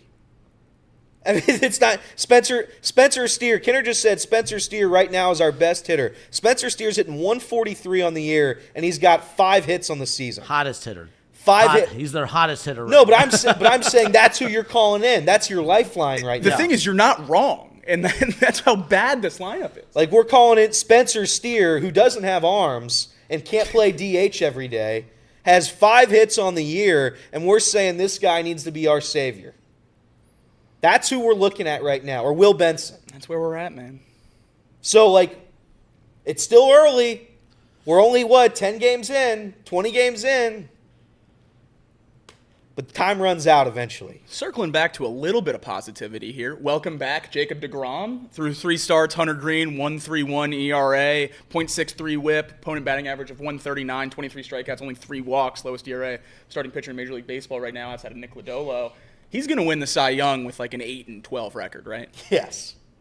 Painful. .97 ERA, 10 wins.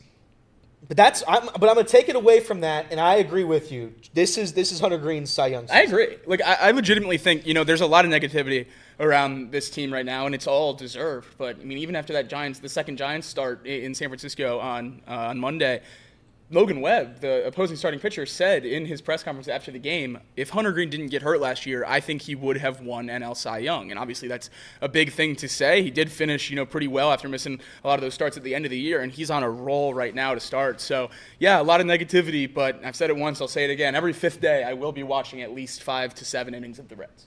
Yes. Yes. And then as far as Nick Lodolo goes, I love watching him pitch right now. I love seeing that he's gotten better, but I need to see these performances when we get into May and June because he does this every April. Before or after blister? That's because it's coming. It's coming. I don't trust him yet, and I'm not being negative. I know it's not. We try to go positive and going back negative. No, but I right. love what we're seeing from Nick Lodolo. I just don't trust it yet because we've always known that that's there. Yeah, we've always known it's there. But I remember a year ago at this time we were debating. It was a light debate of who the ace was. I think we knew it was Hunter Greene, but I said, man, Nick Lodolo is actually more exciting to watch pitch. Last year in April, he was, and then all of a sudden it just fell apart from there. So I need to see more durability from him. Other question marks too. Let's talk when we come back. Nick Martinez and Elly De La Cruz. No one's panicking about Elly De La Cruz, but this drought of his is starting to extend a little longer than you'd like. Now, he did have 2 hits yesterday, so maybe he's hitting himself out of it. But it's not just the offensive woes, it's the defensive woes as well that people love to jump on.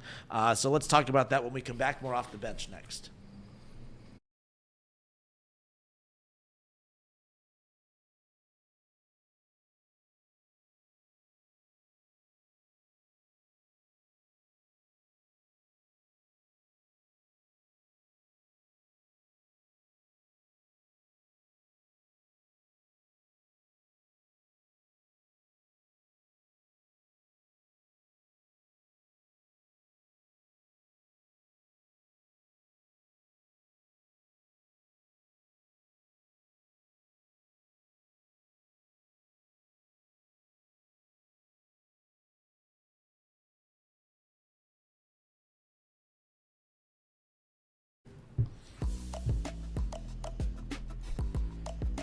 Elly De La Cruz, offensive struggles. I mean, I don't want to say have continued because he did have 2 hits yesterday. Overall struggles continue. Overall struggles continue because it's not just at the plate. It's kind of the full package right now. I get it. I've been way more critical of Elly than others just because I hold him to a different standard than everybody else. And it's a 162-game season. You're going to go through droughts. Criticism doesn't mean cut him, send him to Chattanooga, get rid of him, move him to the outfield, bring him off the bench. None of that. I just expect more. I mean, how many games are we into right now? We're 8 games into the month of April. He struck out a third of his at-bats in the month of April already. He's hitting 167 in the month of April. And yesterday he has 2 for 1. I knew when the bases were loaded and he stepped up into the plate, I'm like, all right, this is, he knocked a couple runs in. I was joking with Jacob, like, I'm going to get it for that one because he finally stepped up and knocked him in. But then he's been making a lot of mistakes out in the field as well. Just collectively right now, he's in a little bit of a slump offensively and defensively, overthinking a lot. Yeah. I think that when the team's playing well, he plays more loose. When the team's playing well, when he has guys who are hitting the ball, he doesn't feel – I feel like it's one of those – he knows what we know. This team stinks from an offensive standpoint. And I wonder – if because he feels that way, he knows that Matt McClain's out now. There's no Tyler Stevenson coming. Gavin Lex has not been what everyone had hoped for. Candelario's not living up to expectations. As Elliot says, Spencer Steer has no arms. So it is completely up to Elly De La Cruz. You almost wonder if the pressure of him knowing I have to be everything is getting to him because he's pressing. He looked out. I mean, his last great game was when they put up 12 runs against the Rangers in Game 1. Yeah. And since then, he's hit 167. He struck out a third of his 36 at bats, and he just hasn't been very good defensively. Well, I shouldn't say that because this is where the advanced numbers come in and kick me in the butt. Elly's been. I got him. He hasn't looked good, but the numbers say he's good. What's going on with Elly De La Cruz in your opinion? I think it's a lot of bad luck. I mean, his batting average on balls in play is terrible. His metrics, his underlying metrics this year, every single one is better than last year. Yeah. In terms of how he's playing, his expected on base, his expected batting average, his expected slug, his exit velocity, his barrel percentage, his hard hit percentage, all of those are 20 percentage points above what they were last year. Obviously, a much smaller sample size just starting this year, but yeah, I think it's a lot of bad luck. I also think he's in a very hard position to hit in this lineup. Yeah. Who are you scared of in this Reds lineup if Matt McClain's going to get scratched every day and Elly De La Cruz is going to hit third? I mean, there's no reason to give him a good pitch to hit. I don't think he's seen one in a week. So, yeah, it's very frustrating to see him struggle. We know what we need him to be in order for this team to be successful. It feels a lot like the Joe Burrow conversation from Bengals season. We require perfection to have a chance from our star players, and obviously part of that comes from Matt McClain being on the field as well. And, if those guys that we expect to be good players, the few players that we expect to be good players aren't able to do it, yeah, I don't think this team has a chance. So has Elly been great this year? Far from it. But certainly, 13 games into the season, I have very limited optimism about the Reds. I have a lot of optimism about Elly. This is where I'm sitting in the it's early, it'll figure itself out camp. Everything that usually, tells trends will be bucked in this is rolling in Elly's favor here. So we were talking about it last night, Jacob, and I think there's a growing frustration amongst Reds fans regarding the errors. They see the errors, yeah. Right? And I do think it is a fair point. Eventually, you can't lead the league in errors every year. Correct. We'd like to see that improve, but he is young. He's also 95th percentile outs above average. And I think, and that's what I wanted to talk about, because Elly De La Cruz is so good at baseball that I think, when he commits an error, people see it as lazy or whatever. They see it as maybe he's not trying. He's just so good at baseball that you don't even know what a bad play looks like from him. Yeah. It doesn't look natural. It looks weird. It looks off because of what other stuff he can do. What else he brings to the table. And I think that's the frustration, and I understand it to a degree. But I will say, if we don't have Elly De La Cruz, you talk about a bad team, man, offensively. This team isn't. This team, no joke, they probably wouldn't compete in Louisville if we didn't have Elly De La Cruz in this lineup. So we could sit here and complain about Elly, but I'd probably tell everybody who's doing that, who's concerned about Elly, take a look at the rest of what we got. And then go back at Elly De La Cruz and say, "Oh, well, maybe he's not doing enough." You know what I mean? I didn't say enough. He's not doing even what's expected, though. He leads the team in batting average.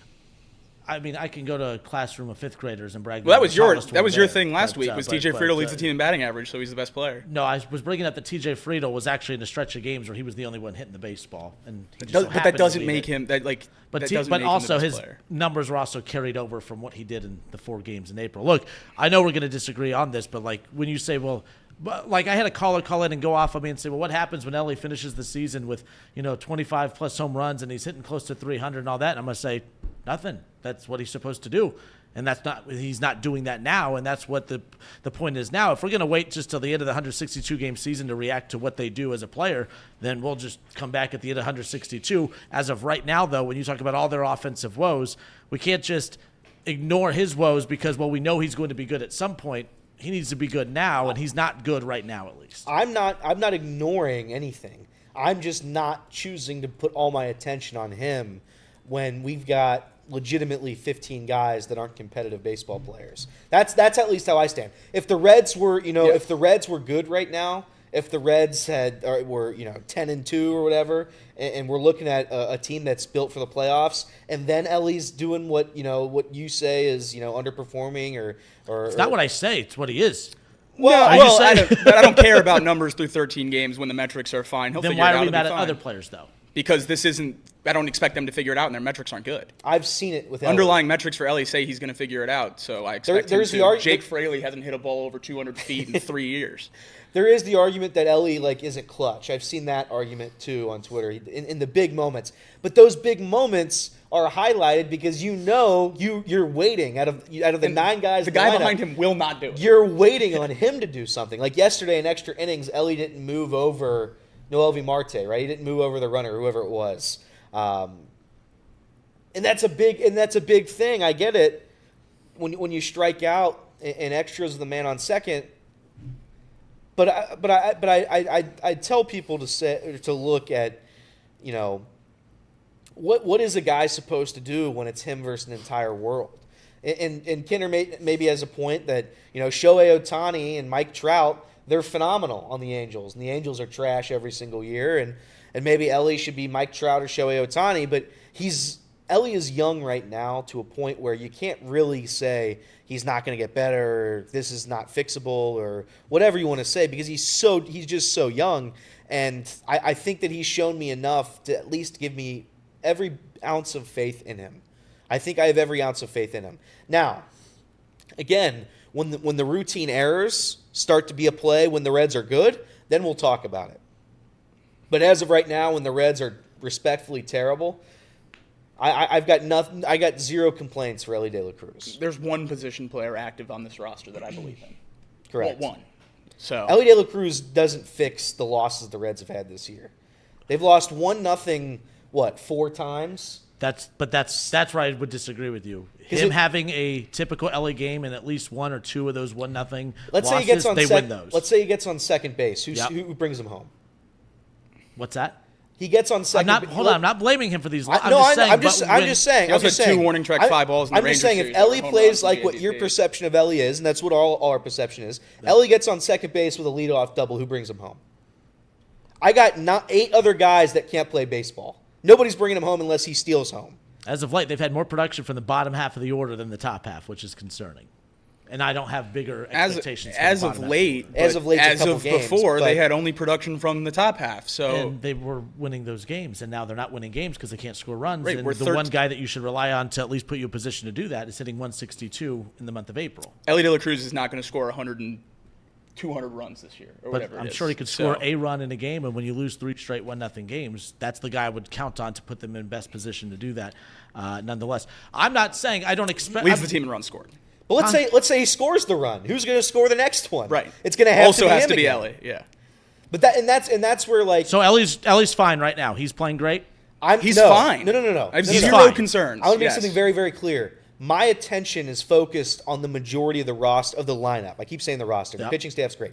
My focus is on all of the names that I just read off, who were all hitting 140. Gavin Lux and Jeimer Candelario have each 15 strikeouts and 40 at bats. They are not good enough. Spencer Steer has 5 hits on this season. He's hitting 140.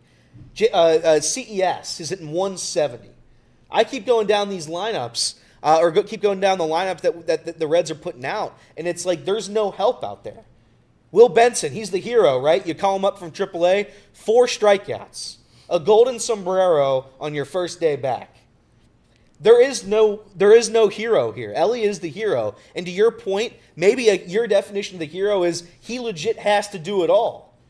But I've watched baseball for so long, and I've watched that stupid Angels franchise burn away seasons with the best players this world's ever seen, and it just isn't good enough. It's not good enough for Mike Trout and Shohei Ohtani on the same team. It's certainly not good enough for Elly De La Cruz and who? Who's the second there? Who's the second? There's no Matt McClain. He's hurt. Tyler Stevenson's hurt. Spencer Steer's hurt. Who's the number 2 behind Elly? Who is it? We talk about the number 2 in the pitching staff being Nick Lodolo, right? Who's the number 2 for Elly De La Cruz? Who is that? Is right now Elly De La Cruz playing good baseball right now? Elly De La Cruz could be playing better baseball. Fair enough. We can meet in the middle on that. I just don't think it's even a talking point right now. When your best player's hitting 162 at the halfway point right now. Halfway point of what? Of the month. I mean, like right now when they're in an important stretch of games where they're struggling, you need your best player to be your best player, and he's not being their best player right now. There's going to be another stretch of games where he struggles. So he could be bad because he's going to be good.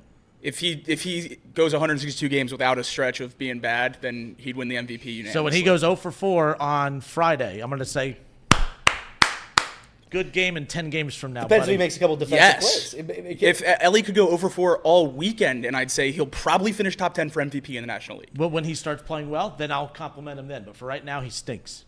He's the only player on the team that's playing decent. That's decent. He's playing decent right now. Leads the team in runs scored, leads the team in batting average. Yeah, I would say that if anyone on the Reds is playing decent, there's not another name you could say if it's not Elly. Elly De La Cruz, in my opinion, he stinks right now. He's a good player. He's a great player. He's an elite player. He's one of the faces of baseball right now. That's why he's on the video game. That's why he's on every Reds marquee out there. But as of right now, he stinks. Right now, I think he stinks. But the numbers show he's going to be good. So we're giving him a pass. I would say 27 players on the roster, 26 are, pitchers. So position players, every single position player is worse. I'm still taking him over all of them, but as of right now, he's not playing well. But my question to you is, why is your attention on him? Right. When he's so a star many player. Huh? You're holding Candelario and these bums to a higher standard. Candelario's the highest paid player on the team. Then why are we holding him to a standard? Elly, but like, and this is where I'm starting to lose you here. I mean, Elly has double the RBIs of the next closest guy. He has 12 RBIs, by far the leader on this team. He had 7 in one game. Yeah, Still and matters. TJ Friedl had a 4-for-4 game that drives his batting average up. Like, you have to look at the whole body of work. It doesn't matter. He leads the team in hits. He leads the team in doubles. I just think he leads the team in stolen bases, though not many this year. Leads the team in OBP of those that qualify. So it just, out of all the guys to highlight right now as to being a reason why they're not good, there's 8 of them that are who I'm highlighting. So, and again, we're going to disagree on this all day. I've had a lot of bad takes on this show. I just don't think a guy that stinks right now. I don't think saying that Elly stinks right now is that bad of a take. And you're saying, well, he leads the Reds in this, and this. Yeah, he's the number 1 offensive guy while playing poorly on a team that has scored 2 or less runs in 7 of the last 10 games. He's not playing well. The Reds aren't playing well. Being the best on a bad offensive team right now in this stretch isn't good enough. Elly has to be better. He has to be what's on the back of his card. I know that's generic-y stuff to say, but he has to be better. I think we can all at least agree on that, correct? Can we at least say he needs to be better? I would say if he takes the same at-bats he's taken over this stretch through the rest of the season, he would finish top 5 in the MVP. And then he'll get my applause. But for right now, he stinks. Yeah, we just view it differently. Stinks is tough. I mean, he's the best player on the team. You can't say he stinks. You can say he can be better. You can't. It's just, I mean, it's a nonsense take. It's all right. This is a nonsense take. Elly stinks right now. He doesn't by any metric. So he's playing well. He is playing better than anyone on the team, and we're talking about him. The team stinks. Let's talk about the other guys that are playing worse. We have. If Elly scores 1 run in those 1-0 games, we don't win those games. We do not win the games because Elly would have to be the second run and the third. But at least we're saying, well, at least we're getting contributions from our star player. But I mean, my point is, it doesn't matter. I think it's worse when you stink and you're not getting contributions from your star player. At least when the Bengals were losing games, you were still getting contributions from your star players, and then it was easy to say, well, you know what you're getting from them. You're not getting it from anyone else. You're not getting it from Elly or anybody else. He leads the team in every statistical category offensively. Okay. That's my argument against it. To spend time blaming the guy that leads every stat. I'm not blaming. This whole segment's blaming. You No, said we win those you held games your if Elly nose plays and said better. PU. You said we win those games if Elly plays better. That is blaming him for the loss. I said that they're in a better position to win games if he does what he's supposed to when they have all these close games. Same with everyone else on the team. They're not Elly De La Cruz, though. So why? I mean, I think that's just a crazy way to watch a baseball All right, team. I'm going to hold Noelvi Marte to a higher standard than Elly De La Cruz moving forward. I hold Noelvi Marte to a pretty high standard. He was a top prospect in this team for a while. Yeah, he stinks. There you go. Now you can do it. All right, we'll step away for a few moments. Let's end on agreeing on something. Ryan Day, what a bum, am I right? Man, we need this segment. We're on the same page here. I felt like Jake and I, we've been getting closer lately. I feel like the distance is I thought baseball season was going to be good for us. I thought we were all friends in here. And another Bearcat has fallen. Oh no. A good one? Oh, wait. You're skillings me. What's happening here? What happened? Who is it? We'll find out when we come back.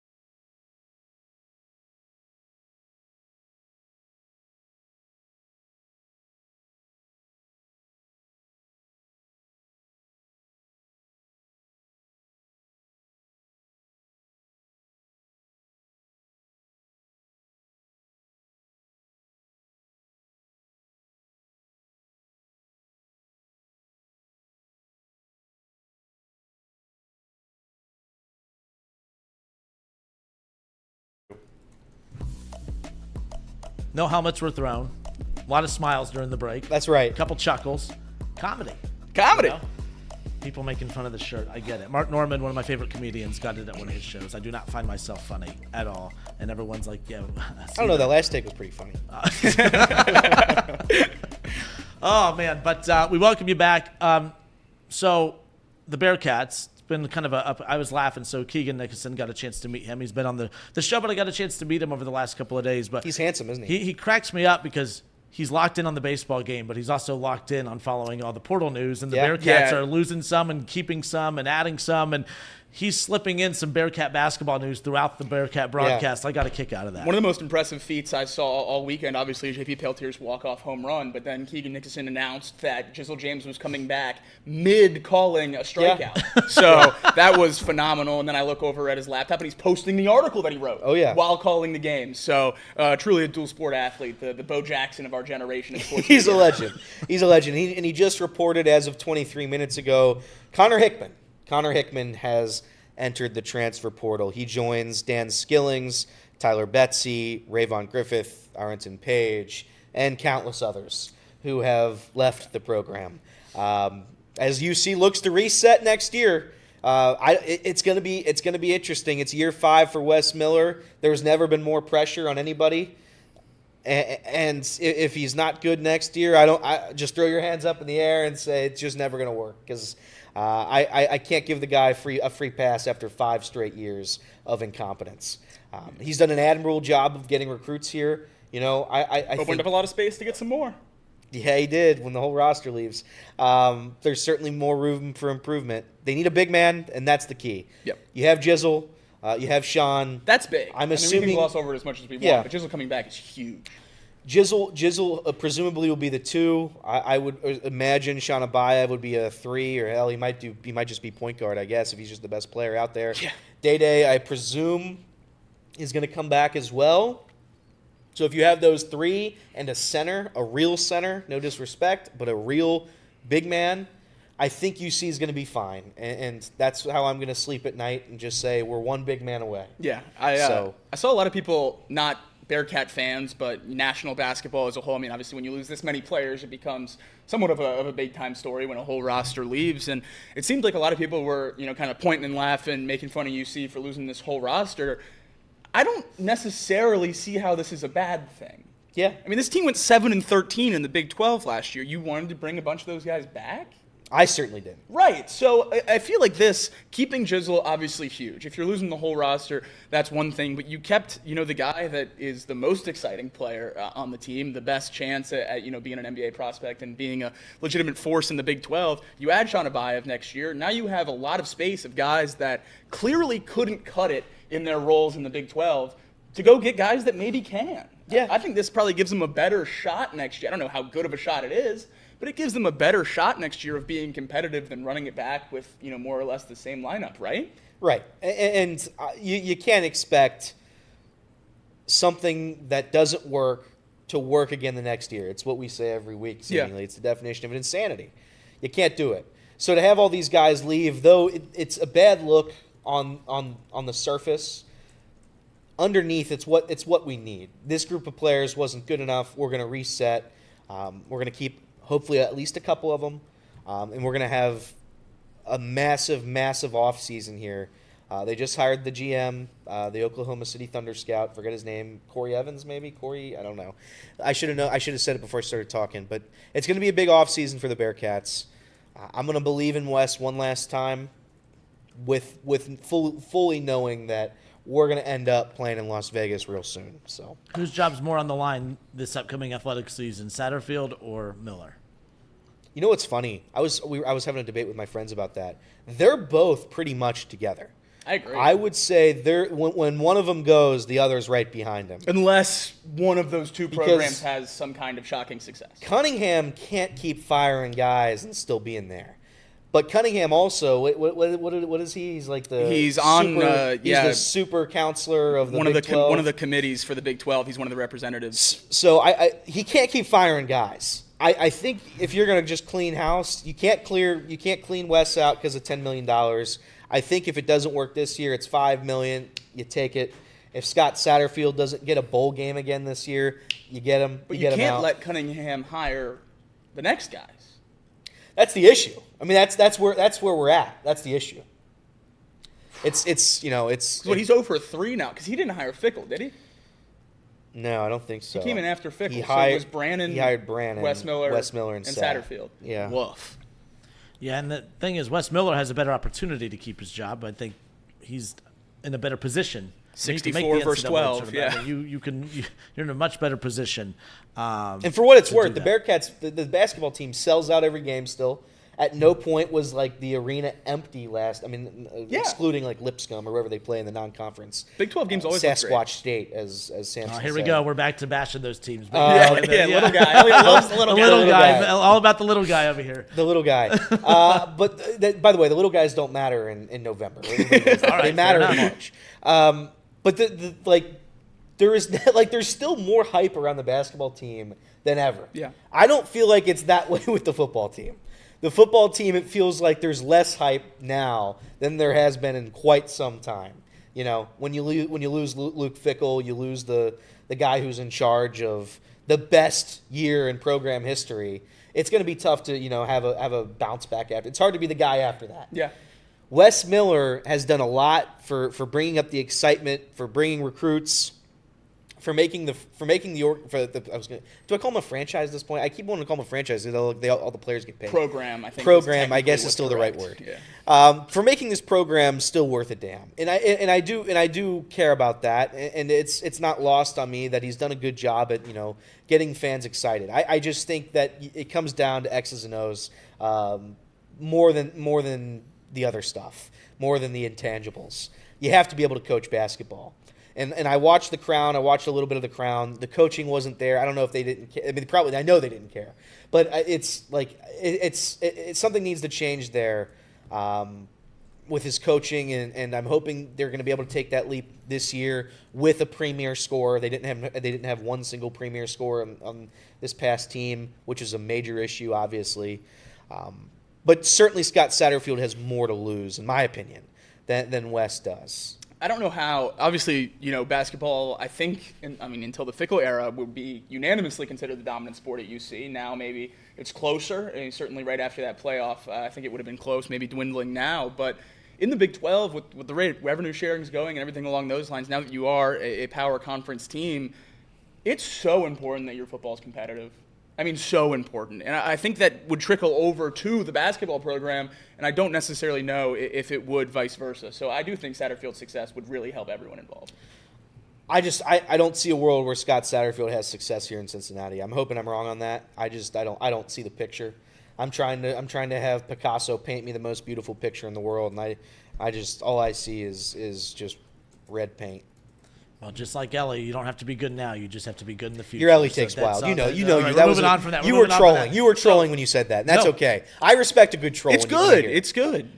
We're just gonna have to clip it and cry Elly can absolutely be criticized, and I see that. I saw that frustration on Twitter yesterday. Like, Elly gets a free pass, which is true. He does. He gets a free pass. But I also think that if your biggest takeaway, the biggest reason as to why the Reds aren't winning the games is Elly De La Cruz, I don't believe that to be the case. I just believe he should be. We're going to end on a good note. We all agree Elly stinks. Okay, so we've gotten through that. No, you talk about college football. Love college football. I hate that we have to wait till August for college football. Actually, we don't. But we don't. We get it this weekend. Spring game. I'm going. I was going to say there's a scout in this room that's going to the game. You thought I was to watch our Ohio State Buckeyes. That's right. My favorite thing about how's our team look this year? Our team. We'll talk about it out of the break, but there's some nerve-wracking news before the. Oh boy. Game. Really? Yeah. Right now? So who's hurt? No, nothing yet, but. Oh, you just feel it, vibe-wise. All right, we're wrapping it up here. Spring game coming up this weekend for Ohio State. I really don't care about spring games. I truly don't. I do know this. Okay, there we disagree. Well, hold on. If you can't afford to go to college football games throughout the season, or you just don't want to deal with the hassle and all that stuff, I understand.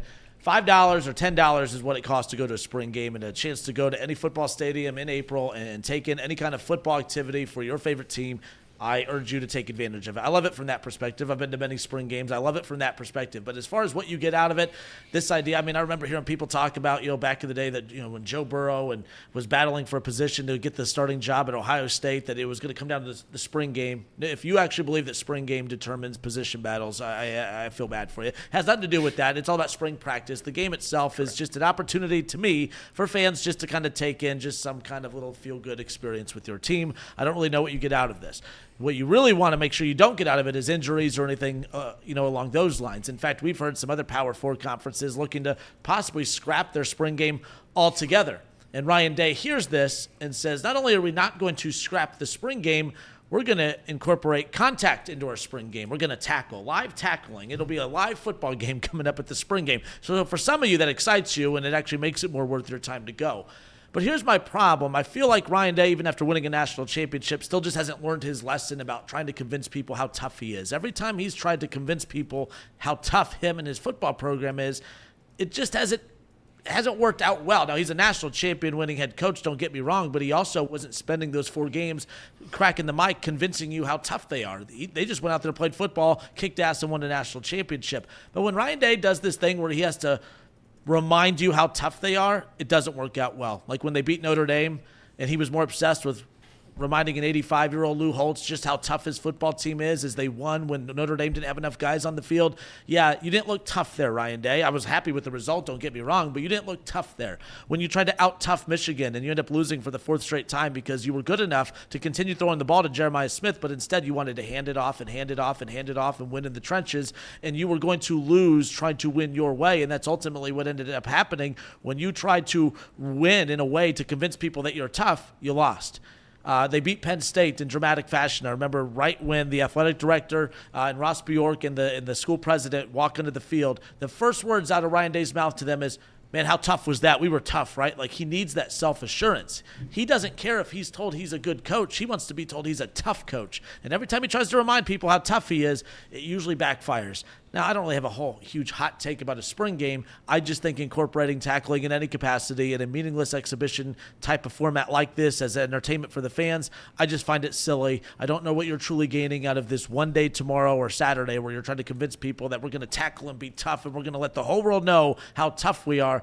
You got all these other teams, Jacob, trying to scrap the spring game, and Ryan Day's over here saying, hey, it's going to be a full-on contact scrimmage. I'm not a fan of it, to be quite honest with you.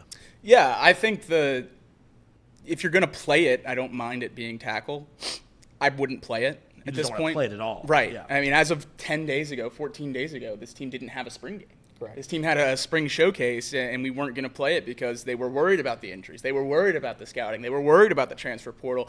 And now we turn around, and it's on Saturday, and hey, let's full go, full tackle. Look, Ohio State's played every spring game, at least as long as I can remember, with at least a version of full contact. Maybe they're not bringing them to the ground in the second half. Maybe they're not tackling quarterbacks. Certainly not tackling quarterbacks. But there's been some version of contact in Ohio State spring games for as long as I can remember. It does make me a little frustrated that you're dropping this on the players now. Right, so you tell them, all throughout the spring, hey, we're going to have a spring showcase instead of a spring game, and then now, as we get close to the game, you go full contact. Yeah. I think that's setting yourself up for injuries. I do think part of that might be some of these position battles are closer than we thought, and he wants to see how they play in a full contact type of setting as opposed to some drills, but I certainly don't know for sure, and I think some of the concern for a lot of Ohio State fans right now is the reports about that quarterback battle, because Julian Sayin, the number 1 quarterback in last year's class, committed to Alabama, was there for about a month of bowl prep, and then turned around, transferred to Ohio State when Nick Saban retired.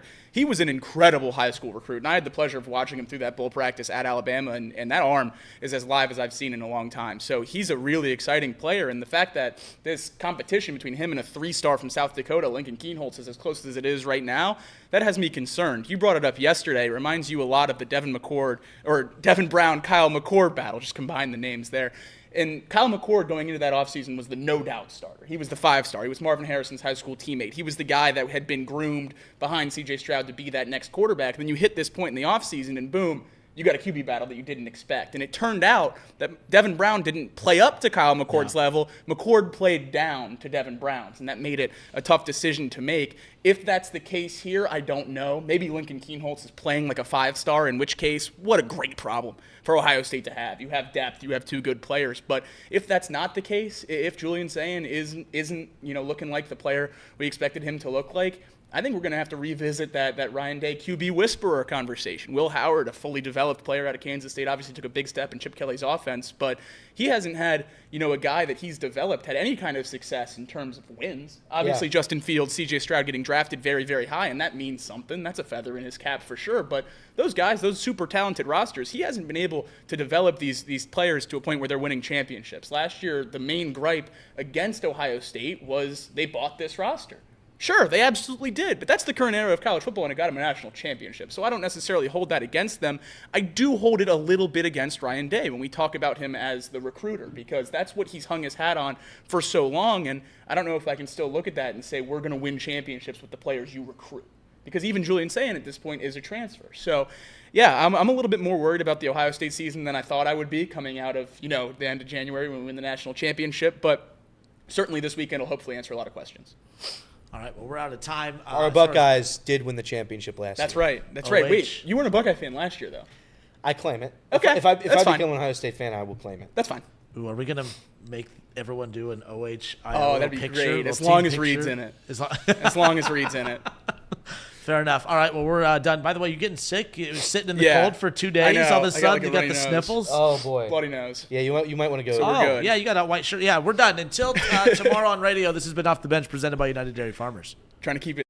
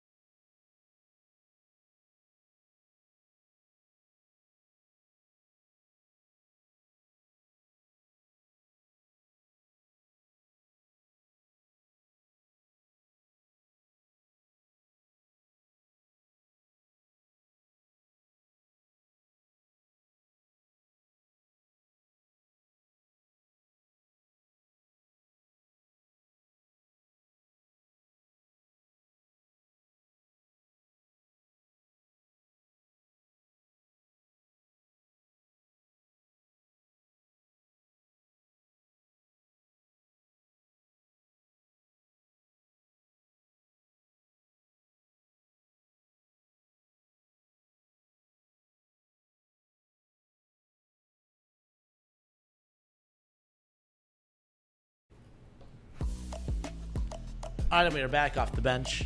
We got Casey in here. We got Elliot in here. Unfortunately, for a handful of you, I'm still in here, but Jacob is not. Your Ellie take made his nose bleed. Oh yeah, it's just so it was that bad. That's what it was. That's what it was. By the way, I didn't talk about this during the UC segment, but it's important. Never brought it up in the chat. I thought I'd mention it. The University of Cincinnati are national champions. They have won the disc golf national championship in 2025. So hang a banner. Maybe Cunningham's doing something right.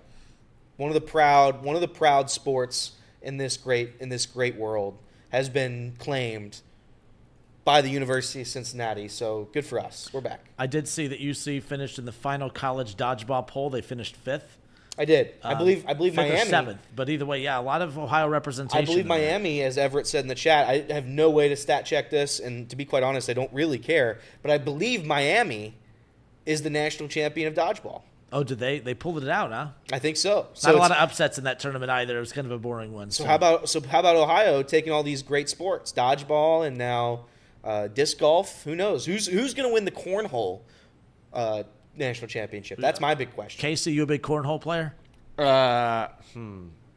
I'll dabble in some cornhole What when about it's warmer. Yeah. what about beer? What's it called when you got the beer on top of the pole and you throw a frisbee at it? What's that called? Beersby? Beersby. You good at that, Casey? Yeah, I like some Beersby. That's fun. But are you good at it? You're just saying you like it. Are you good at it or no? Like if I'm getting a team together, can you throw a frisbee or no? Well, if I'm like 4 or 5 beers deep in, then probably not. But So sober Casey, I can trust you to help me with Beersby. yeah, I Okay. think so. All right, we just need making frat sure. boy in here. We need to find out what his. Yeah, what he's what good. his- Yeah, he's good at I everything. guarantee He's you, good at, Mr. like, Bama. upside down keg racing or whatever they do over there. We doing a keg stand, throwing a frisbee Yeah. while catching. Yeah, like Yeah. it's good stuff. We'll get him caught up on that when he gets back. Beer darts. Yes, You ain't living till you catch a nice little metal dart in your calf. So that's where it's at. I'm great at cornhole. I'm really Cornhole? good. I'm really good at You have to cornhole. move some stuff, and you have a little cornhole tournament. You got people live bet on the cornhole tournament here in the studio. Yeah, if you wanted to, Reds continue down this stretch, I'll you know. bring in some boards. Trace, Reed, and Sean, they all say they're all good at it. I'd come in here and I'd whoop some ass. I can say ass now, right? Yeah. You can say asked on radio. Oh, you could. Jacob's doing weird stuff. You might as well come in. This is off radio, guy. You can just walk in now. We're talking about we've We were talking about Beersby. We were talking about what games that, as a frat guy, Beersby? the one where the beer's in the pole and you throw a frisbee at it. I haven't played that. oh my You gosh. never played that? There's two poles, one on each side, 2 people on each side. Sounds really The fun. one guy throws a frisbee at the beer, and the other team has to catch the beer when It's an empty beer bottle and on empty top of beer the bottle. It pole. has to Sounds catch like the a great bottle game. before it hits the ground. Otherwise, it's a point for the team. I like that So game. that's a great game. So if he doesn't know that, that means they played even cooler stuff at Alabama. Yeah, I don't know what they played at Alabama. We're bragging about our nerdy little Beersby over here. sounds what did you guys awesome. do? Boom. Everett asks college to still play Boom. Absolutely. Boom is great. I think. Beard Eye was the most prevalent one. Yeah. Okay. Beer all right. darts. I was telling him you live until you catch a metal dart in their calf. Yeah, that's good. See, it sounds like the ending scenario is always bad. Or I just didn't move. Okay. Everett says, "Do college kids still play Boom?" Yeah. I don't know what that Great is. game. What is Boom? Bounce the ping pong balls, chug, and Oh. you have it all set up in like a diamond. And, Was it called Boom? yeah. Yeah. Okay. Very fun. Very fun. We went from cornhole to Fetter says naked leapfrog. Yeah, none of that. I will say games diminish drastically once you hit 21. Because you can just go to the bar. Yeah, and then they get mad when you play them. Like, we just don't. but I like to play. You know what I did the other day? And I swear to God, me and 3 adult friends, we were at my friend Mitch. He just bought a. We were at our friend's house. He just got a house. And we legitimately played as 25-year-old human beings. We turned out the lights and I swear to God, we play hide and seek. That's We great. play hide and seek as 25-year-old human beings. That's Who great. won? It was, I believe, my friend Olivia. Never found him or her? Never found her? Never. Still. No, Still we, missing. we went by time. We went by time. So we went. Whoever had the shortest okay. time. We turned off all the lights. I'll tell you what, it's a great game. Hide and seek. Hide and seek's still- a great game. Still holds up. We should have factored in Nerf guns or something in Yeah. there. But yeah, hide and seek's elite. I love need- games. I love just playing games. We need to do Chatterbox Olympics and just have all these I would get a love bunch to of do Chatterbox teams. Olympics. I still and- think Combine is one of the better ideas we've had, but incorporating some of our day-to-day tasks as well. Okay. Like, produce a segment. Yeah. So we Everyone. Yeah. Okay. So I'd lose. Set up VMix. Yeah, right. Elliot loses. Set up VMix from scratch. Yeah, set up VMix from scratch. Elliot just loses that one. We could do handheld camera racing. Handheld camera race. Whoever would be has good. to have the steadiest cam, Steadiest stuff camera. like that. But it has to have the cord plugged in because you got to be able to move the cord Right. while you turn around a cone and come run back the other direction. Right. Yeah, I think all this is good. Reed says I'm good at beer pong. Beer pong is okay. Here's my thing. I don't drink. You guys know this about me. I don't drink alcohol. So when I play beer pong, I'm just locked in. So I rarely miss. But you're worse. but I'm great. I'm 10 times better at beer pong. Like every 1.5 years over 3. You know what I'll do? So you know what we'll do? Maybe either for tomorrow's box lunch or for next week's box lunch, I'll bring in some cups and we'll do live beer pong. I would love it. That's not with beer because this is a workplace. But we will bring in some sort of drink. Sideline bar, wonderful establishment in beautiful Tuscaloosa. You had me coming in, but now I have the record at Sideline Bar. 18 straight wins. Yeah. Stay on the table of beer pong.